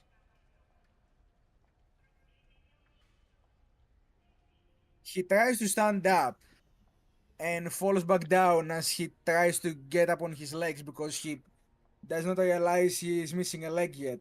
And then he looks down and he goes, "My leg! My leg!" Okay, Lucas is gonna perform a quick battlefield medication, aka I'm gonna grab a burning piece of metal, yes, with gloved hands, and I'm going to cauterize the wound.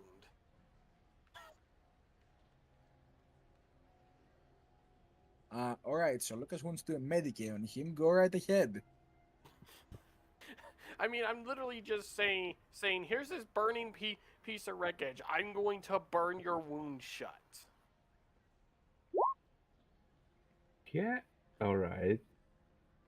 Sorry, I Uh, would like wanted to ask if I can help Lucas with the Medicaid test. As you grab the burning Sure. piece of metal and try to apply it to him, he's squirming too much for you to be able to do this, and you just, okay, this is not gonna work. He's clearly not long for this world, clearly not willing to be of help, and clearly has lost his shit. Yep. Okay.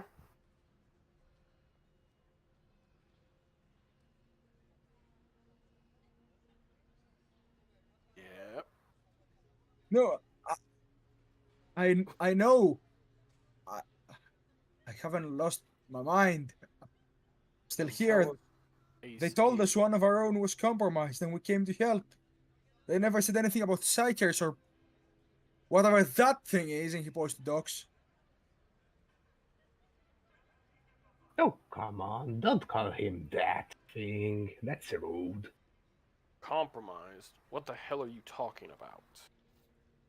One of our allies sent a distress signal, said he was compromised. They sent us Who? into hell, that's all I know. Who sent the signal? I don't know. Our leader, the martyr, he said he sent us into hell, said that one of our brothers has been compromised.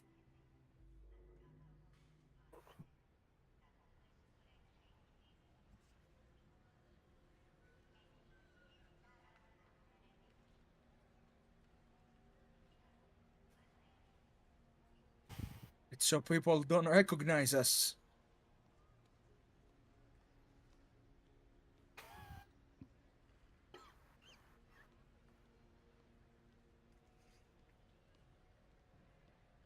That's all I know. They sent us there, said that one of our own had been compromised, and that's about all.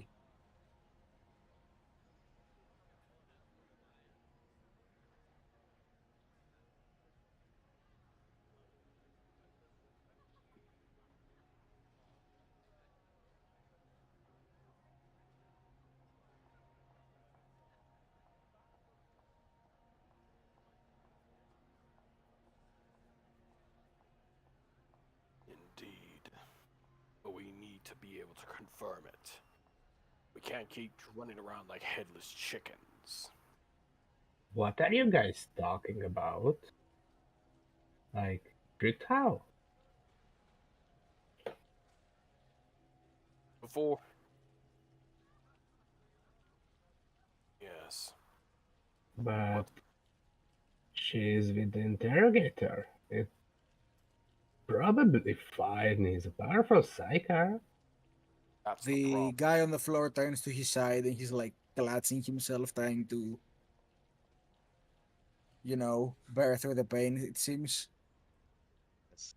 Maybe I could try Medicaid to stabilize him, maybe? Can I help him? I mean, can I help Docs on the Medicaid check? One moment. Alright. Dox as you approach with the intent to medicate him, with your passive awareness of 4, you notice that he seems to be fidgeting with something on his belt, not clutching his wounds. Oh no.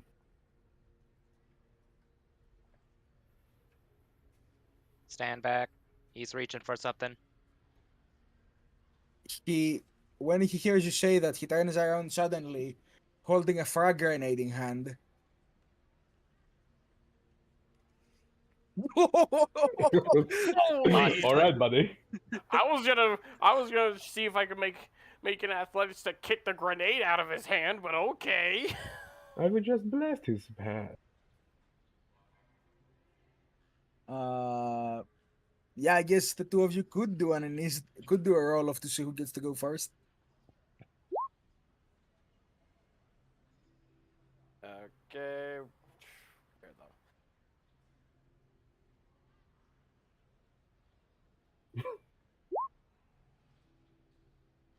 Technically, it's combat initiatives, in a sense, since they're trying to react fast.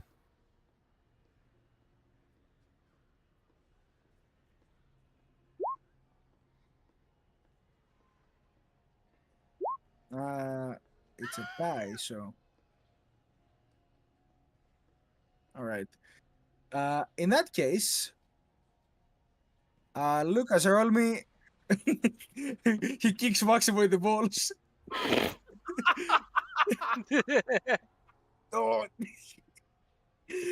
Maximo dies by being kicked in the balls before a grenade explodes in his face.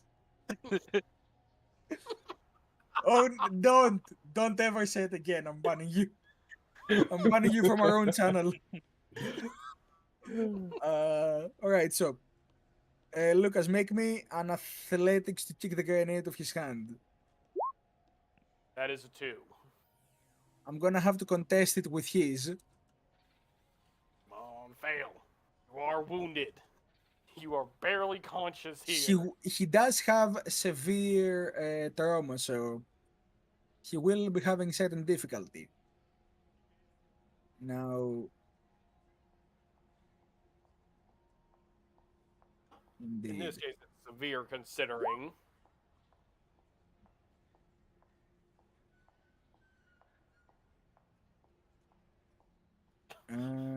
In this case, I get a ruin, I guess, because one of the fighters rolled a 6. Hey, you guys called for the roll. I'm not the cheater here.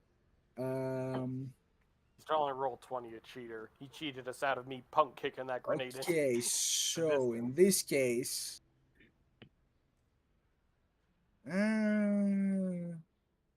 technically, in an opposed test, if you meet it, you still get to do it, and with his penalties, you would meet it. So you manage to kick the grenade from his hand in the last moment as you see it explode in the air before he just, in a last moment of failure, he just lets go of his last gasp and drops on the spot.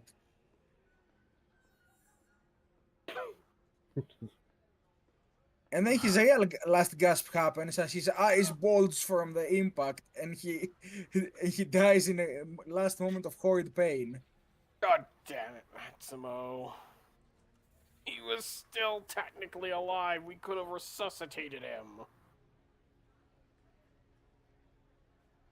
And I kicked it out of his hand.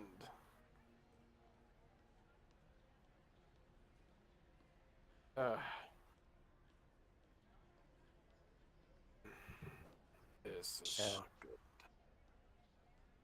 Well, in his condition, it would be difficult to interrogate him even further. So we should get back to the base? You said it was important.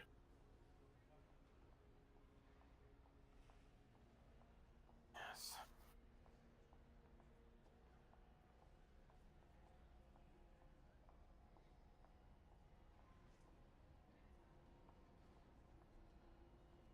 In the aftermath of the chase scene that just occurred before you, you all prepare to leave from what I'm understanding. Yes. As I'm going straight for the track first to get it realigned. So I'm As you turn around, the massive vox casters from the buildings around you cease to chime with the chants of the cult of the Emperor. And the new feeling settles in as you sense, well, not sense, as you hear this. Hold on, let me put this one here. You hear this screeching noise echo across the entire city as the chanting stops and the Vox channels appears to become completely hijacked. This screeching doesn't only affect that, it affects your Vox beats, Vox casters, the Vox inside the Torox, from everywhere, all at once. This deafening screech, followed by an even more deafening silence, is heard, and a cadence settles. I want all of you to first of all make me a DN3 resist corruption test. Oh boy. Resist corruption? Alright. Yes. All right. DM And I 3. got no wrath. Fuck.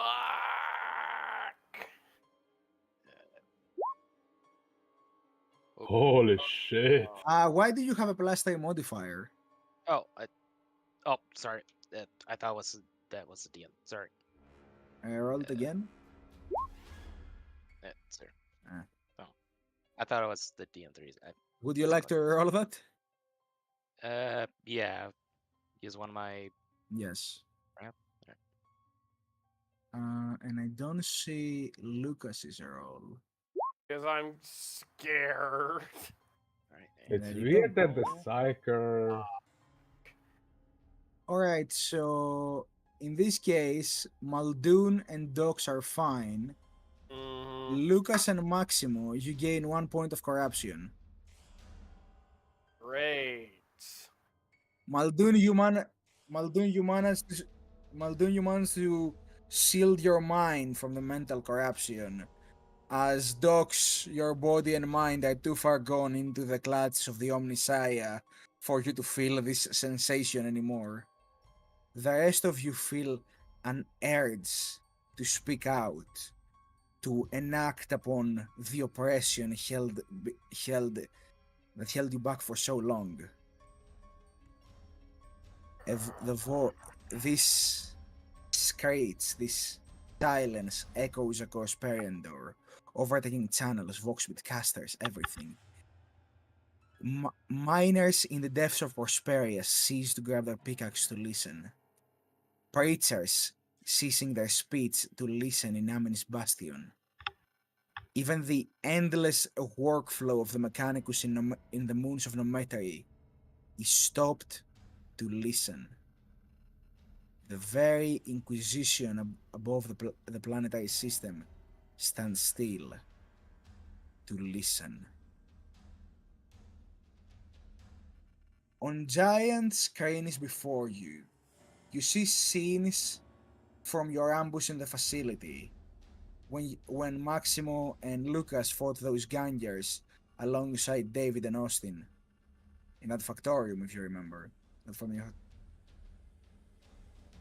And as these scenes of what seems to be a force to be reckoned with, clashing with numerous humans with barely any weapons or armor shown, a voice speaks out. Behold, my brothers, my sisters, and all who are now feeling the weight of the imperial chain around your neck. The time of freedom has come.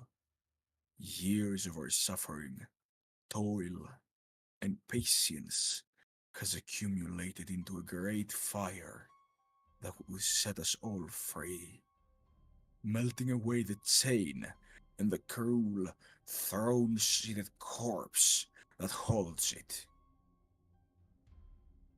As the images of you guys slaughtering those gangers fade away, a new visage is shown. A mask. A mask that bears few features, a nose but no mouth, and the golden Aquila on its forehead.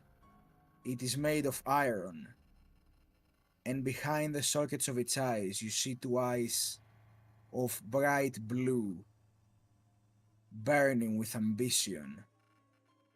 The flesh around them tired, and seemingly having undertaken much hardship. The voice continues. Periandor, you have been blessed to be the first to witness our revolt.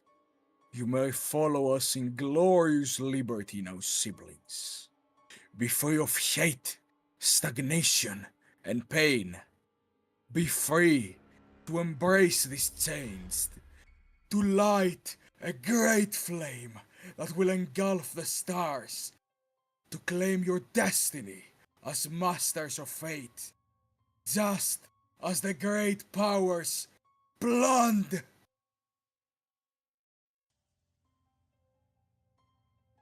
And with that ecstatic yell of chaotic malice, you notice the people around you have stopped to listen. Vehicles, people are exiting the buildings, a flock. This flame of ambition burning in their eyes too. A bright blue flame within their eyes as they turn and look at one another, and then collectively begin to enact upon horrendous violence on those who did not share that sight with them. Citizens beating one another, scenes of unmasked cruelty quickly escalate into extreme violence. You have only moments that you manage to quickly rush into your Torox and start making your way back to the lair. Agreed.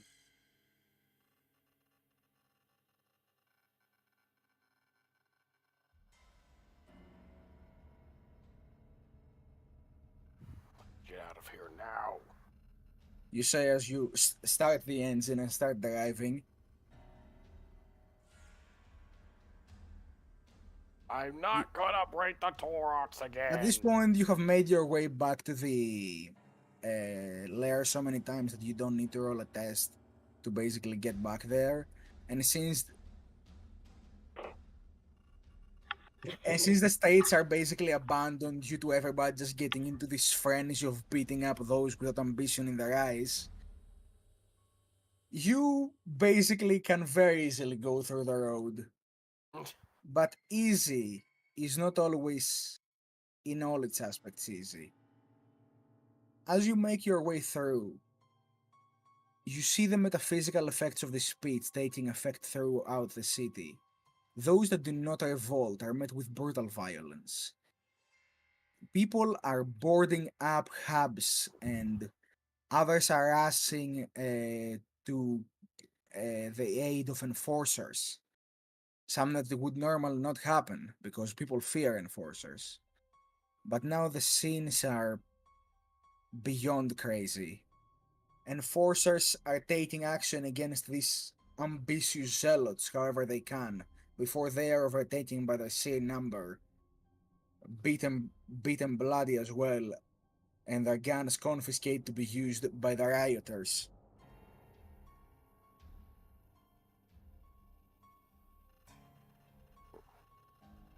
Not really big guy, but. And I would like to use psychokinesis if it's psychic origin of this thing about taking over the people or something else. Alright, you may use Cynesians. Alright, 9, it manifests. You feel all around you like an enclosing. How do I put this? Imagine you're one of those trap rooms where the walls close in. Oh no. Mm-hmm. It feels like the walls are closing in on you, and the walls are the very malice and eminence of the warp itself. Definitely psychic stuff. It's getting Yeah. claustrophobic.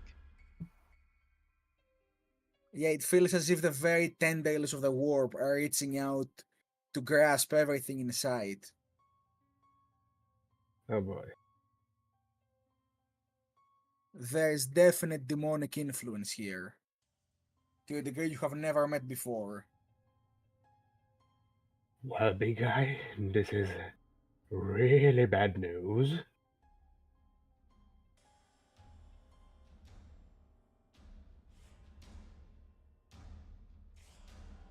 Yes, the warp is all around us.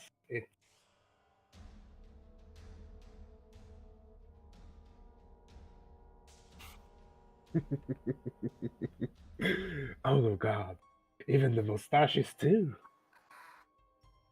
By the Emperor, what's next? The bread?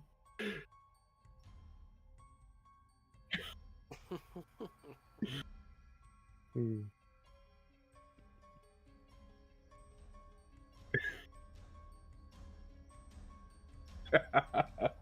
God damn it.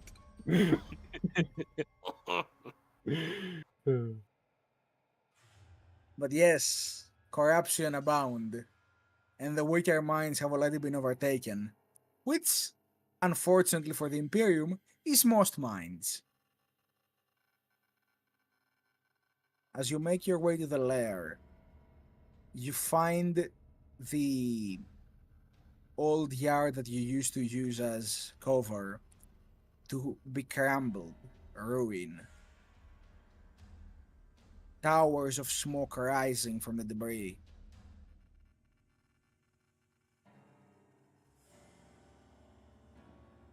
This isn't good.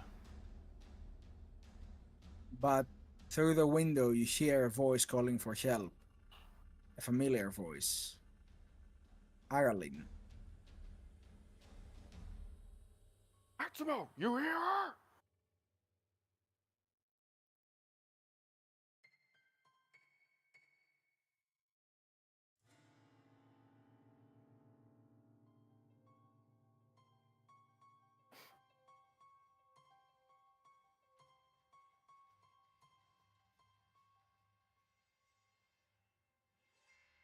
Yeah, you just rush towards where you hear the voice and assume you're gonna try to pull away the debris.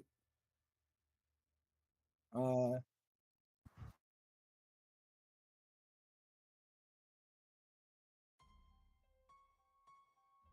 right. I assume you're. All right. So you do that. I will allow you to gain an extra bonus dice as if you were doing this as an all-out attack, essentially. Except it's more like all-out, just find her, move the debris, help the little ones.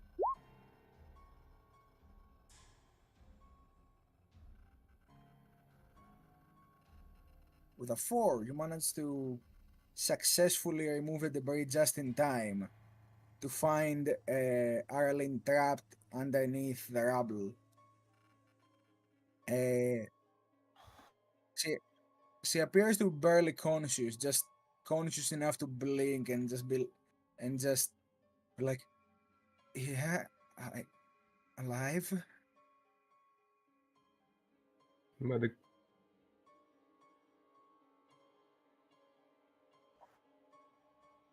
What the hell happened? Harrow, he used his powers to. He he used his mental force to throw me towards a wall. I don't remember much since that. Fire, explosions. He left in a hurry.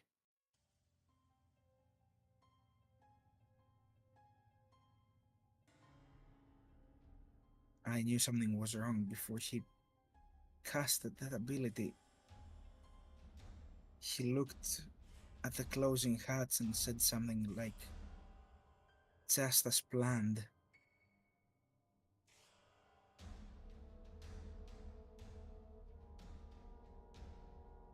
You punch on the bar, it falls over.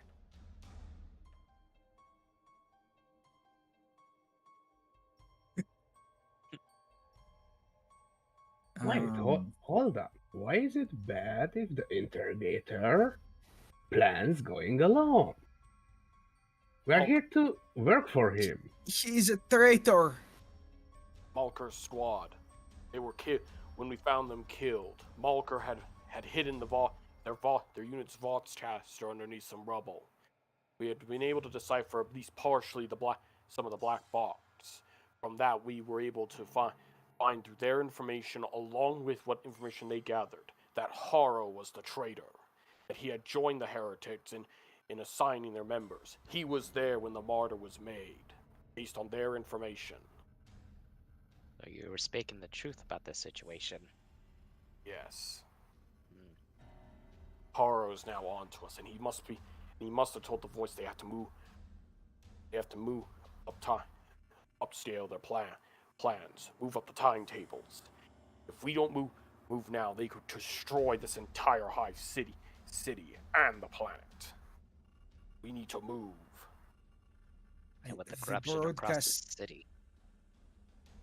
The broadcast was worse than you think. While under the debris, I tried to activate my voxcaster. I could not communicate with the spear. Communications are just not happening right now. No. The other Inquisitorial We're the force Imperium, still we never plans. fail.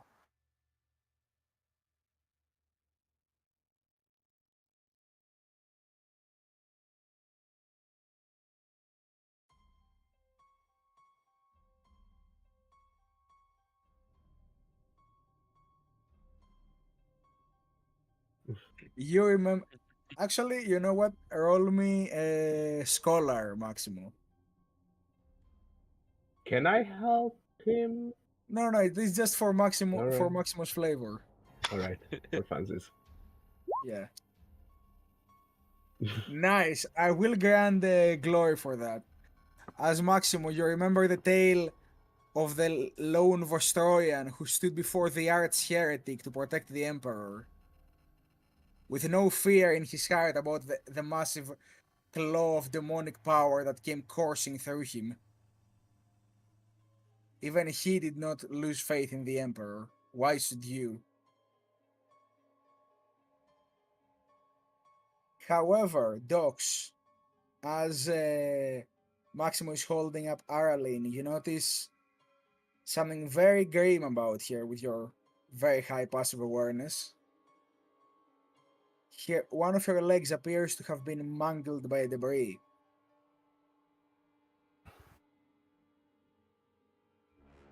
Hey, be careful when you lift her. Her leg seems very damaged.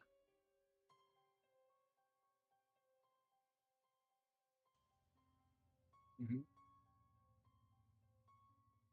As you do so, one of the you all hear a voice from around the corner saying, "Help!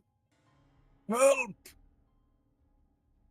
As you all turn to see a citizen of the Imperium walking around the corner towards the Turks. "You are not turned! Help me!" There is blood all over him and he's folding from pain. He soon falls to his knees, unable to walk from just what you can only assume is an immense pain all over his body.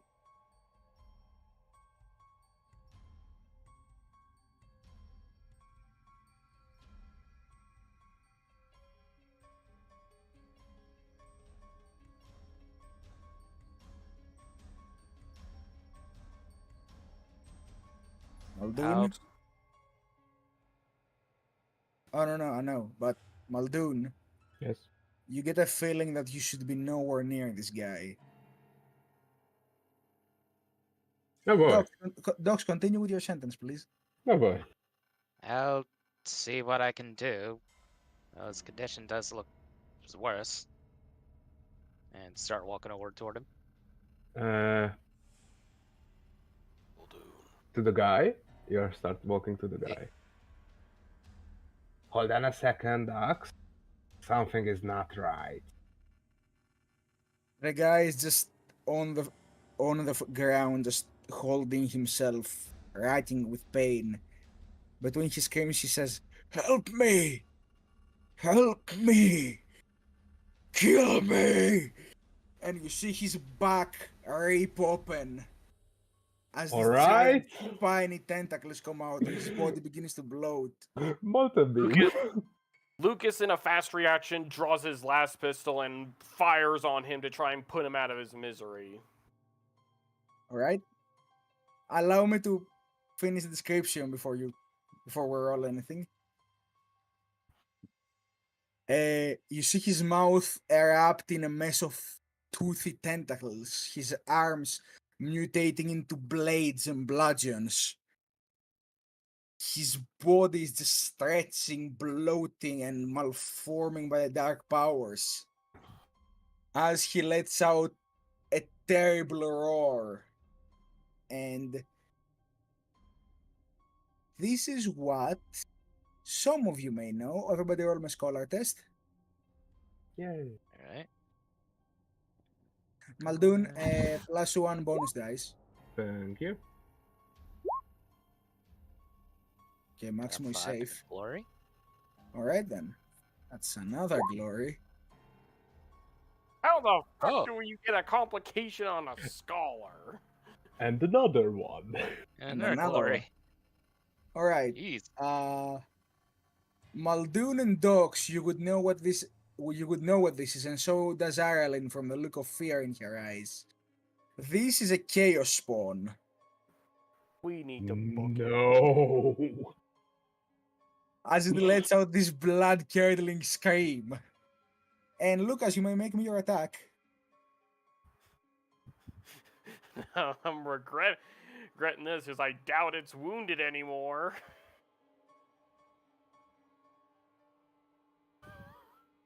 God damn. Can I rescind that attack? May I get my Uh, molten bean too? uh, Because I pulled it when he was still a human. With the transformation, it's like, oh boy. I will say that we can say that basically you seeing it transform into that, you just freeze from fear for a moment. All right. And I would need all of you to really quick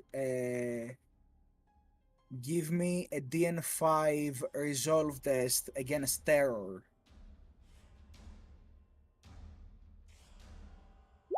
Well, you can still roll it. So That doesn't stop you from rolling. At least, for the Emperor and whatnot. 2. And we have a lot of glory.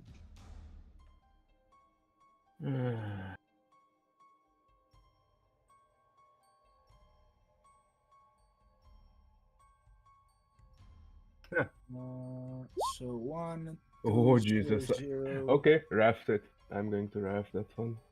Alright. That's acceptable. Ah, I'm pulling it out, but it's not pulling it out. Sorry, what? I try to pull the token out, but it's not letting. Hold on, I can handle that. Oh, interesting. Hold on, I'll just steal it. Give it a moment for the steal to happen. But yes, anyway, a roll. So we don't skip on the timing. What do you say, Maximo? Oh boy.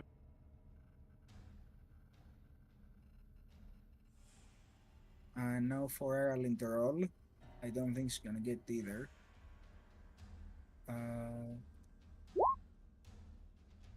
Ooh, Uh-oh. that's bad. Usually. No, she's fine. She's fine. Okay, so terror. If you pass, you may act normally, blah, blah. If you fail, you suffer all the effects of fear, and you must use every action available on each of your turns to move as far away as possible until you no longer have line of sight to the source of terror. Terror lasts until the end of the scene or until an ally passes a leadership test of DN2 plus the terror value. Any effect that grants a bonus to fear tests also applies to terror tests. Any effect that grants immune to fear grants one extra icon on your resolve test against terror. A being that causes terror is immune to fear and terror. So basically, you all get this essentially very logical urge to run away. Everyone, get in the Torox. We're booking it. Isn't it right next to the Torox though? No, Kinda. It fuck. As you calculate your routes, the creature begins to do these short bounds towards you, screaming and squealing from multiple mouths. As out of the corner of your vision steps one of the hooded figures, like the one that passed you the letter, Lucas, and holds an Aquila towards it, like a scepter with the Aquila on it. And Muldoon, you feel sickened when you see that scepter. As if something inside you doesn't feel well seeing that scepter. Mm-hmm. And the figure utters an incomprehensible word. Not even like warp chant or something. This is something completely alien to you. But as it does so, a blinding light exudes from the spawn, and a conflagrant flame surrounds it as it vanishes back into the warp.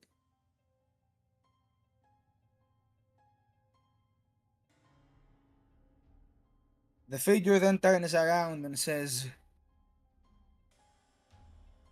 I may have been able to stop that one, but you must follow me.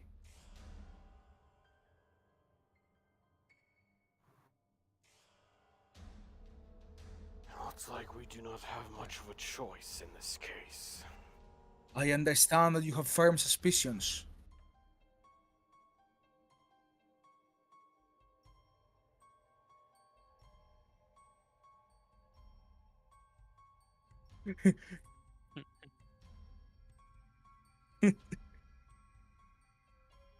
he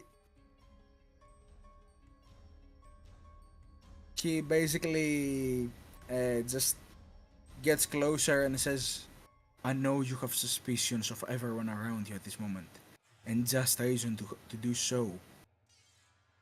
But if we're to survive this, you must show faith. Follow me." Does he reeks of warp? Kind of the contrary.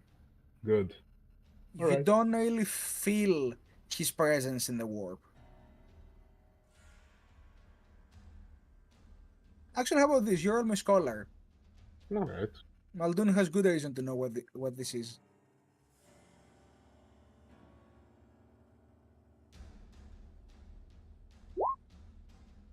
Ah, excellent. Another glory. I think we're currently at max. Yep, we're at max glory now. Yay. You would know, Muldoon, this and null. Oh boy. Lovely. They have no warp presence or soul, but they're also anathema to the warp.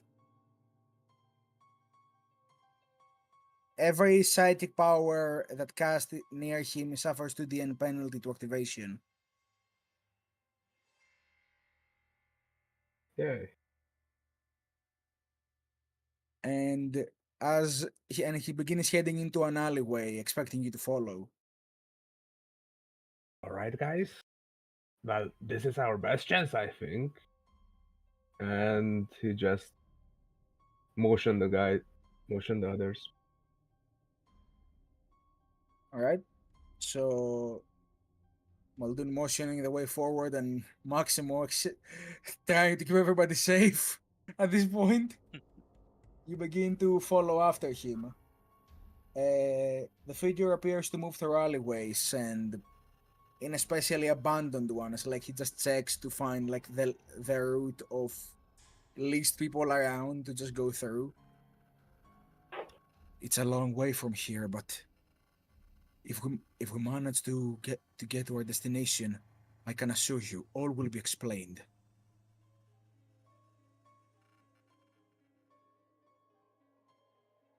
My master, who wishes for your success and that of Lord Maddox. My master.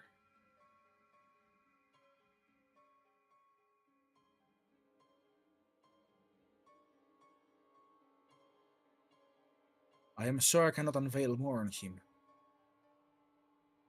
but it has to be so.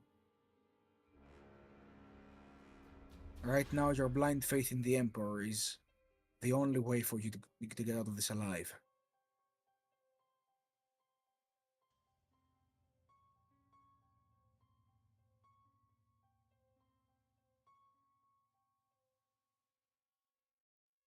As you follow the hooded figure,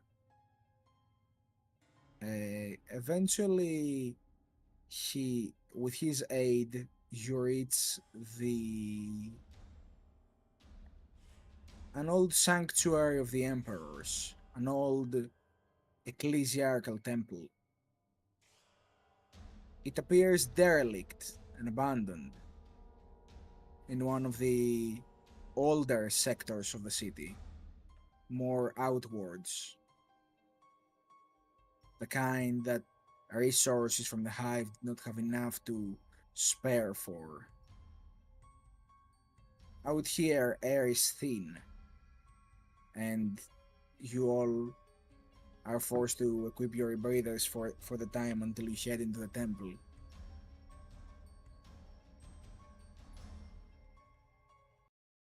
Upon entering the temple, you finally are met with a certain semblance of peace as you see an ancient gold statue of the Emperor of Man, the Conqueror, with his blade embedded on the head of the dragon.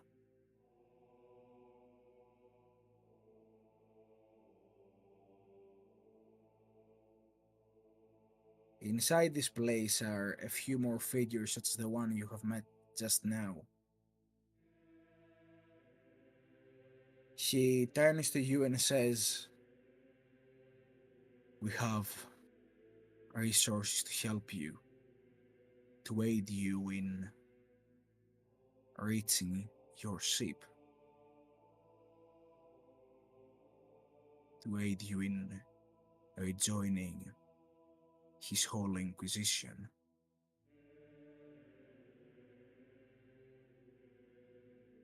But first, we require a favor of you.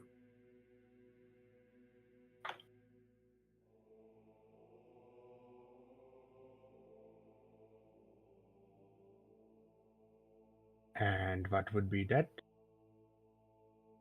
There is a place within the Underhive, a den for these depraved heretics.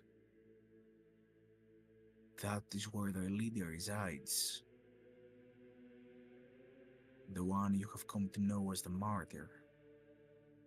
He merely leads the local sect, but his efforts have become a thorn upon everyone's back for the entire system. As long as he dares breath, and the hideouts he has under his control are still operational, this revolt of theirs might actually stand a chance in victory.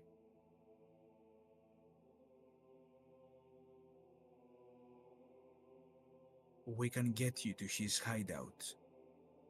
We can allow you to infiltrate it.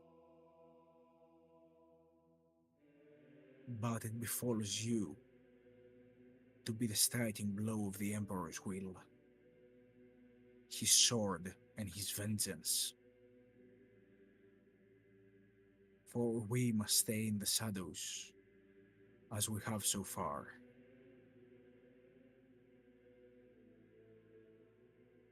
If we're to help you, you must keep our existence a secret, even to the one known as Uriah Maddox. The Inquisitor will be pleased by your efforts. However, do not speak to him of us.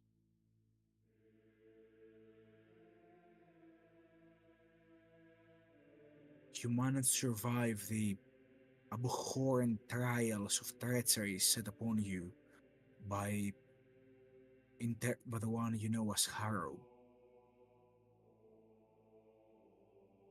It is with great displeasure that I must unveil to you that the Harrow you met was never the one you were promised. During his research upon the treacherous cult of this world, his mind was corrupted, his will faltered. He saw a world where he would be king, a master of fate, and he believed in that vision. Foolishly so, for the only master of mankind is the Emperor himself.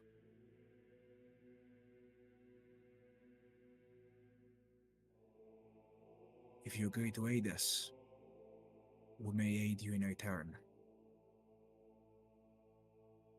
But you must agree by our terms.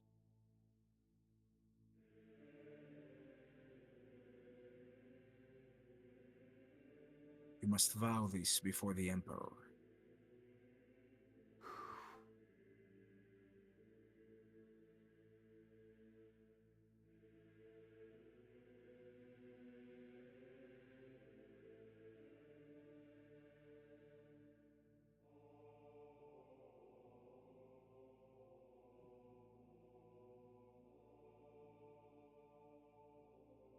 Are you loyal to the Emperor of Man? Then speak not of us to anyone, and strike down his enemies. Do you understand, Maximilian?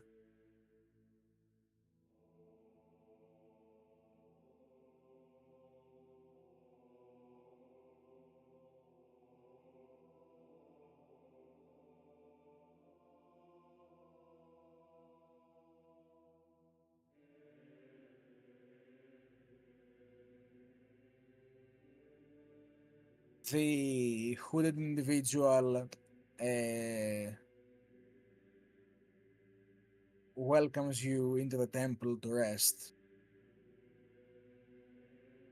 And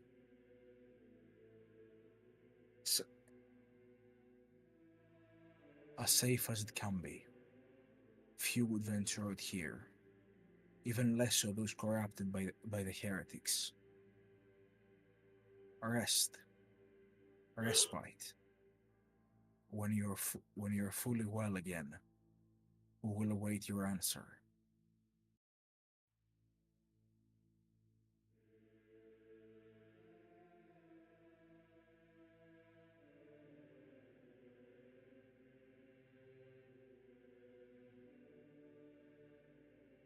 He essentially begins heading to the back of the temple as he leaves you there at the front to make your arrangements and rest.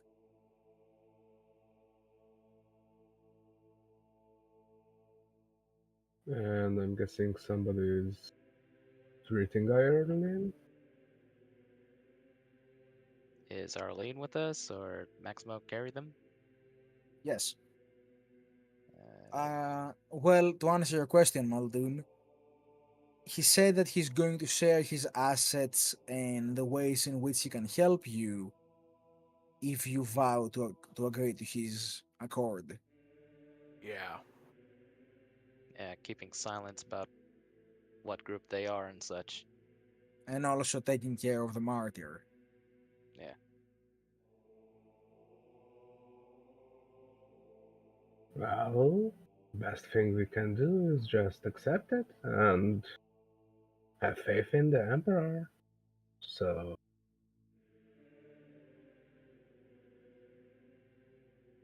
Working with the Inquisition always has me forwarding everything that I know of.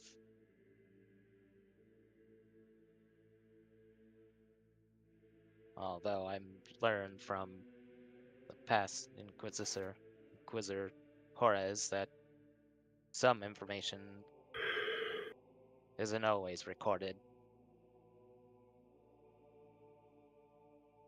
I'm conflicted about what the situation is.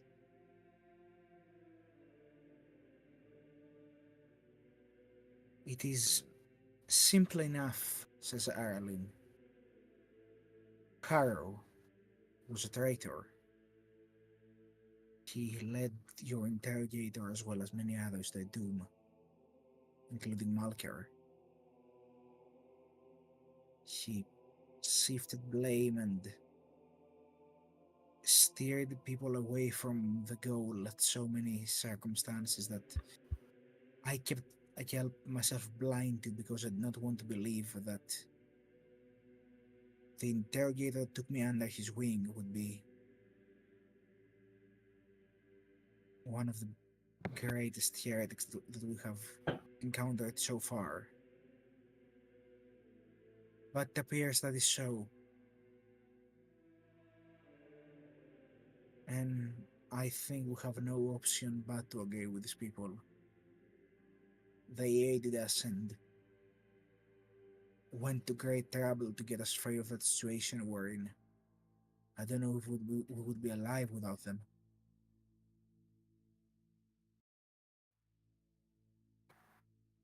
well, I don't doubt that. That was back there. That was a chaos spawn. And yeah, Brilliant.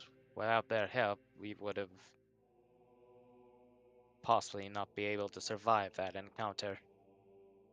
When you utter the words Chaos Spawn, Muldoon, you feel for a moment as if you just ate a ghost pepper, and you feel as if the effigies of the Emperor were looking at you in that moment. aw, god damn it. Do not speak of chaos inside his temples. Fair enough.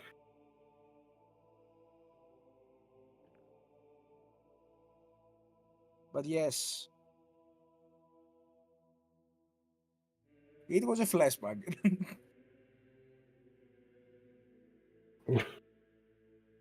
Forbidden meatball. This was why in agreement that the flesh is weak.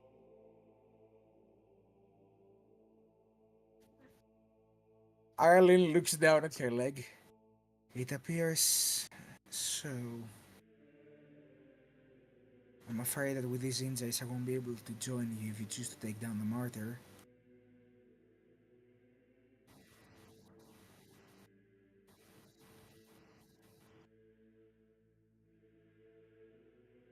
I could probably assist with some Medicaid if I could.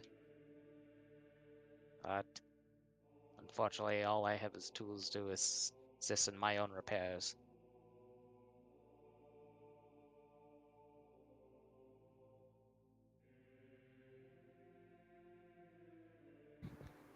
Very well, I will follow your directions and agree to this transaction. Though I do wish for more information about this group. I will try to keep it to myself then. Ireland looks around and she continues with, I don't know if information about this group is something we're gonna be getting, but they do not appear to be the ecclesiarchy. Even though they favor temples, they appear to be an even higher power. But would best not think of it. They are willing to aid us, and what they ask of us is within our targets.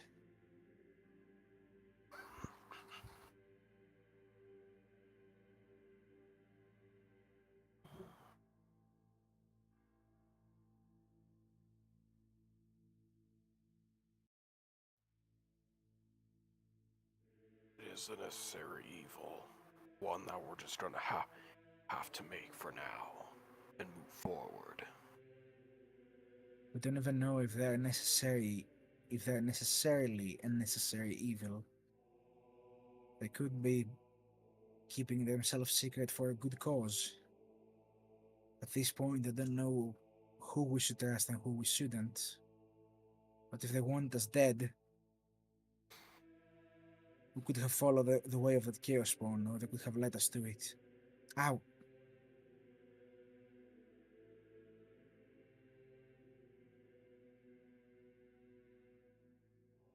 No, it's just something. I must have eaten something spicy, something like that.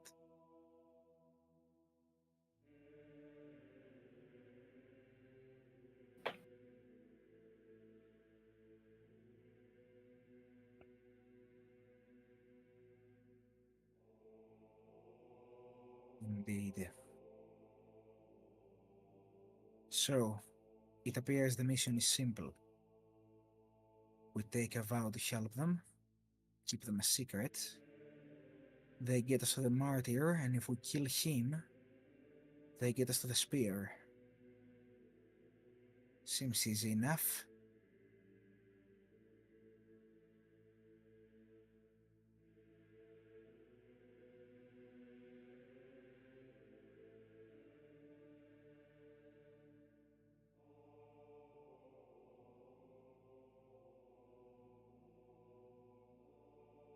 I'm sure that I'm sure that him saying he knows how to get us in there also mean he will get us there.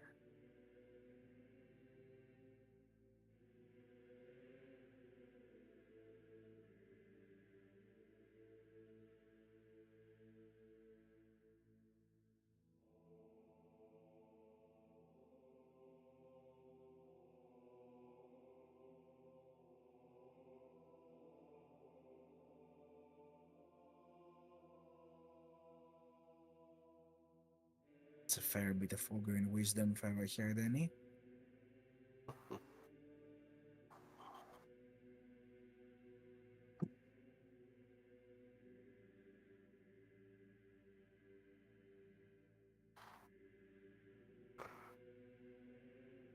Well, in that case, get some respite, get ready, and then let's make even. We're going to war, gentlemen. Let's make sure they're the ones that'll be filling the ditches. Not us. And with that magnificent line, I think that's a perfect spot to end the episode. And just on time, look at that! Huzzah! Hooray!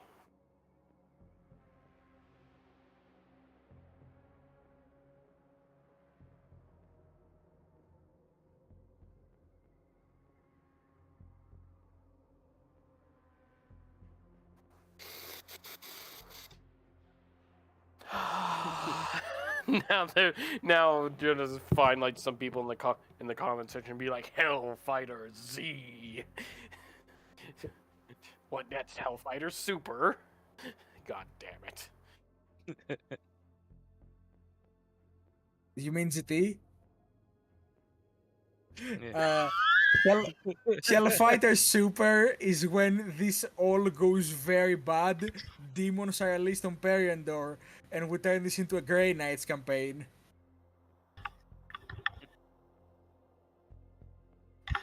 It's a gray ogre. Why not a gray mustache? No, We he have gets to a take- blue mustache. Do we have to have 3 episodes of Super Ogre, Super Ogre God, Super Ogre. get 3 episodes of just doing Rites of Fear just to power up? 3 episodes of the Rights of Fear as a power up. Yeah, just screaming and And then for some reason your eyebrows disappear and you grow very long cables out of your head.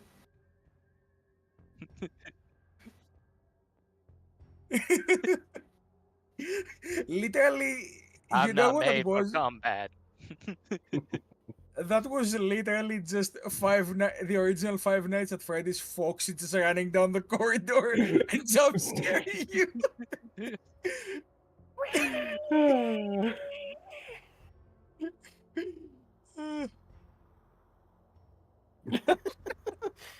Why it's that- can't you just be normal? The old classic Pokemon games with the screech sound from Red and Blue. Yeah, That haunts me in my dreams. they're just a cultist alone in the dark, and he sees like the little light next to your hood start blinking. He hears dun dun dun dun dun dun dun dun dun dun dun dun dun dun dun dun dun, and then you just scream in front of him.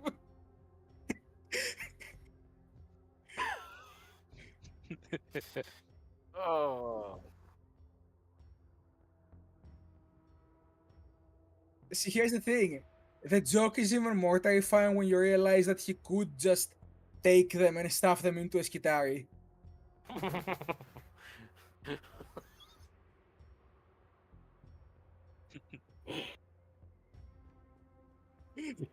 Turn them into an animatronic soldier. More for the Omnisire. So, first of all, a big thank you to our new additions, Moon and Crazy.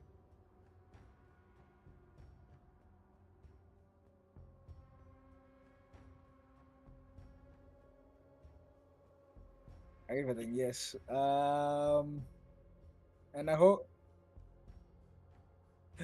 yes, and here's to many more sessions with this crew that we've accumulated, and I really hope the people at home are also really excited to see these characters at work. It's definitely going to be a more interesting team up now, because there's definitely much different roles in the team with the current party. You know, We it's have not. variety. Yes. Yeah, it's not just everybody's just a gun. It's just a gun guy. Yep.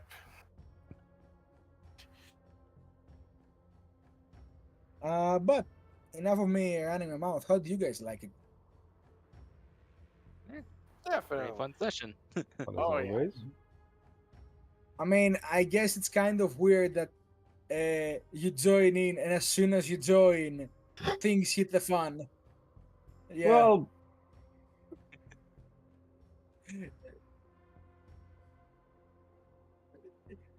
Yeah. Just like, bro, P.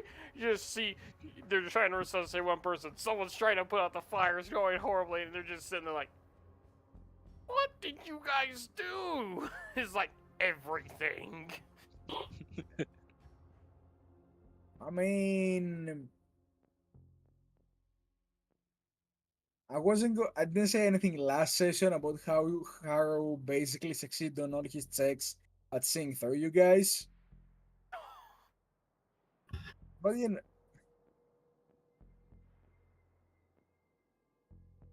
higher tier, no, just higher rank.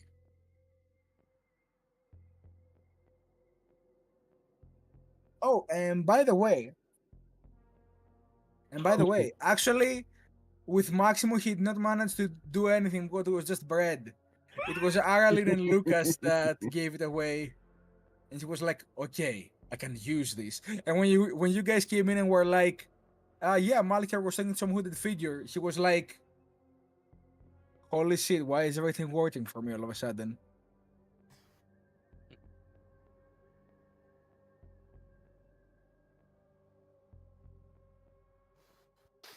I mean, in the end, you guys survived having Harrow as your interrogator, which is better than what most can say.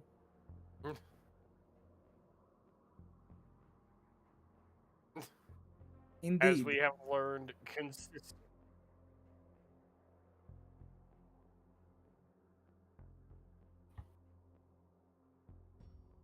I mean, I don't want to be that guy, but give war a chance.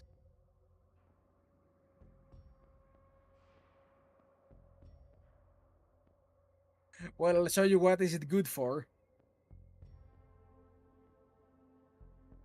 But a real quick thing. All of you can go to your progression now, and you may add, as you complete the objective of finding out whether Harrow is a traitor, you may go to your mission log and add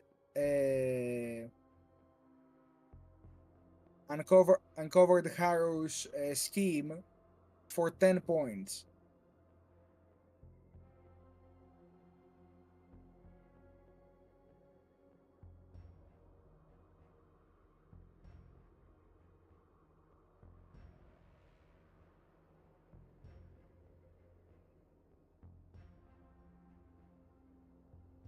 Uh, Hold on. I think there is a problem here. Yeah, Maximo, you seem to have forgotten the second milestone we hit when we went to rank 2.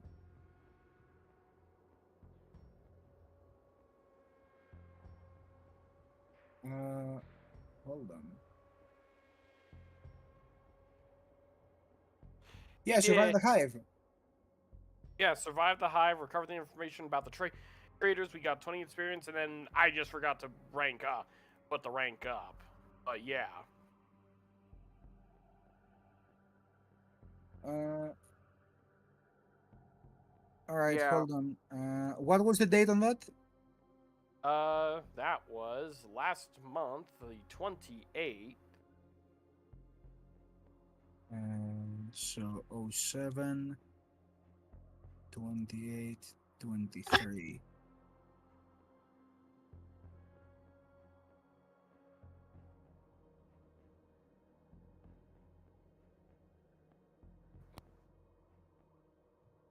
Yes. And This fire and whole Baka and screaming. Indeed.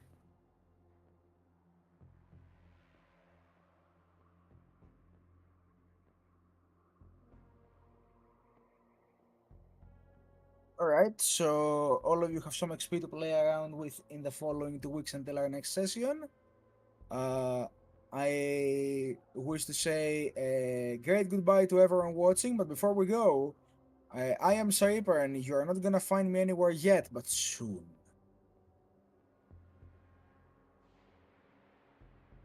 And who are you, Indeeder?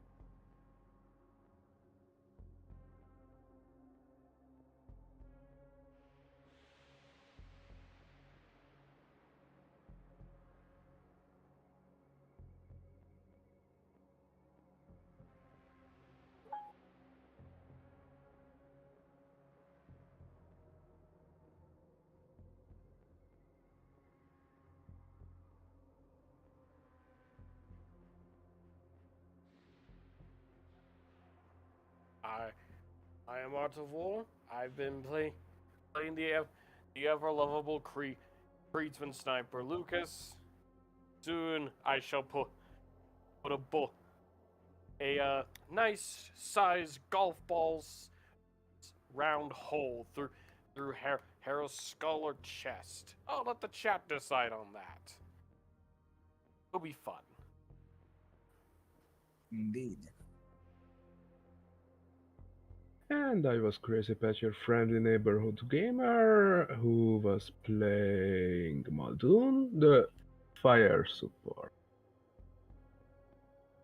Literally. Yes.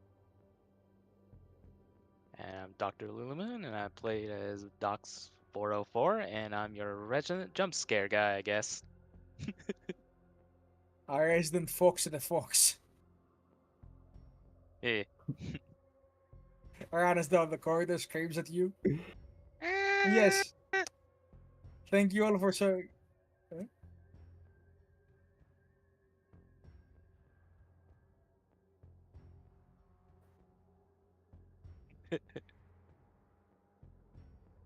Happy friends or something.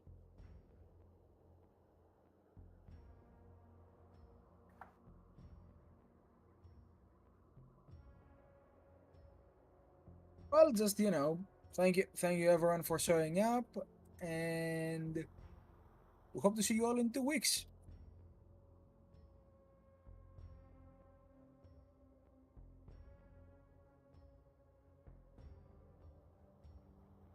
And Brad. Do I even eat?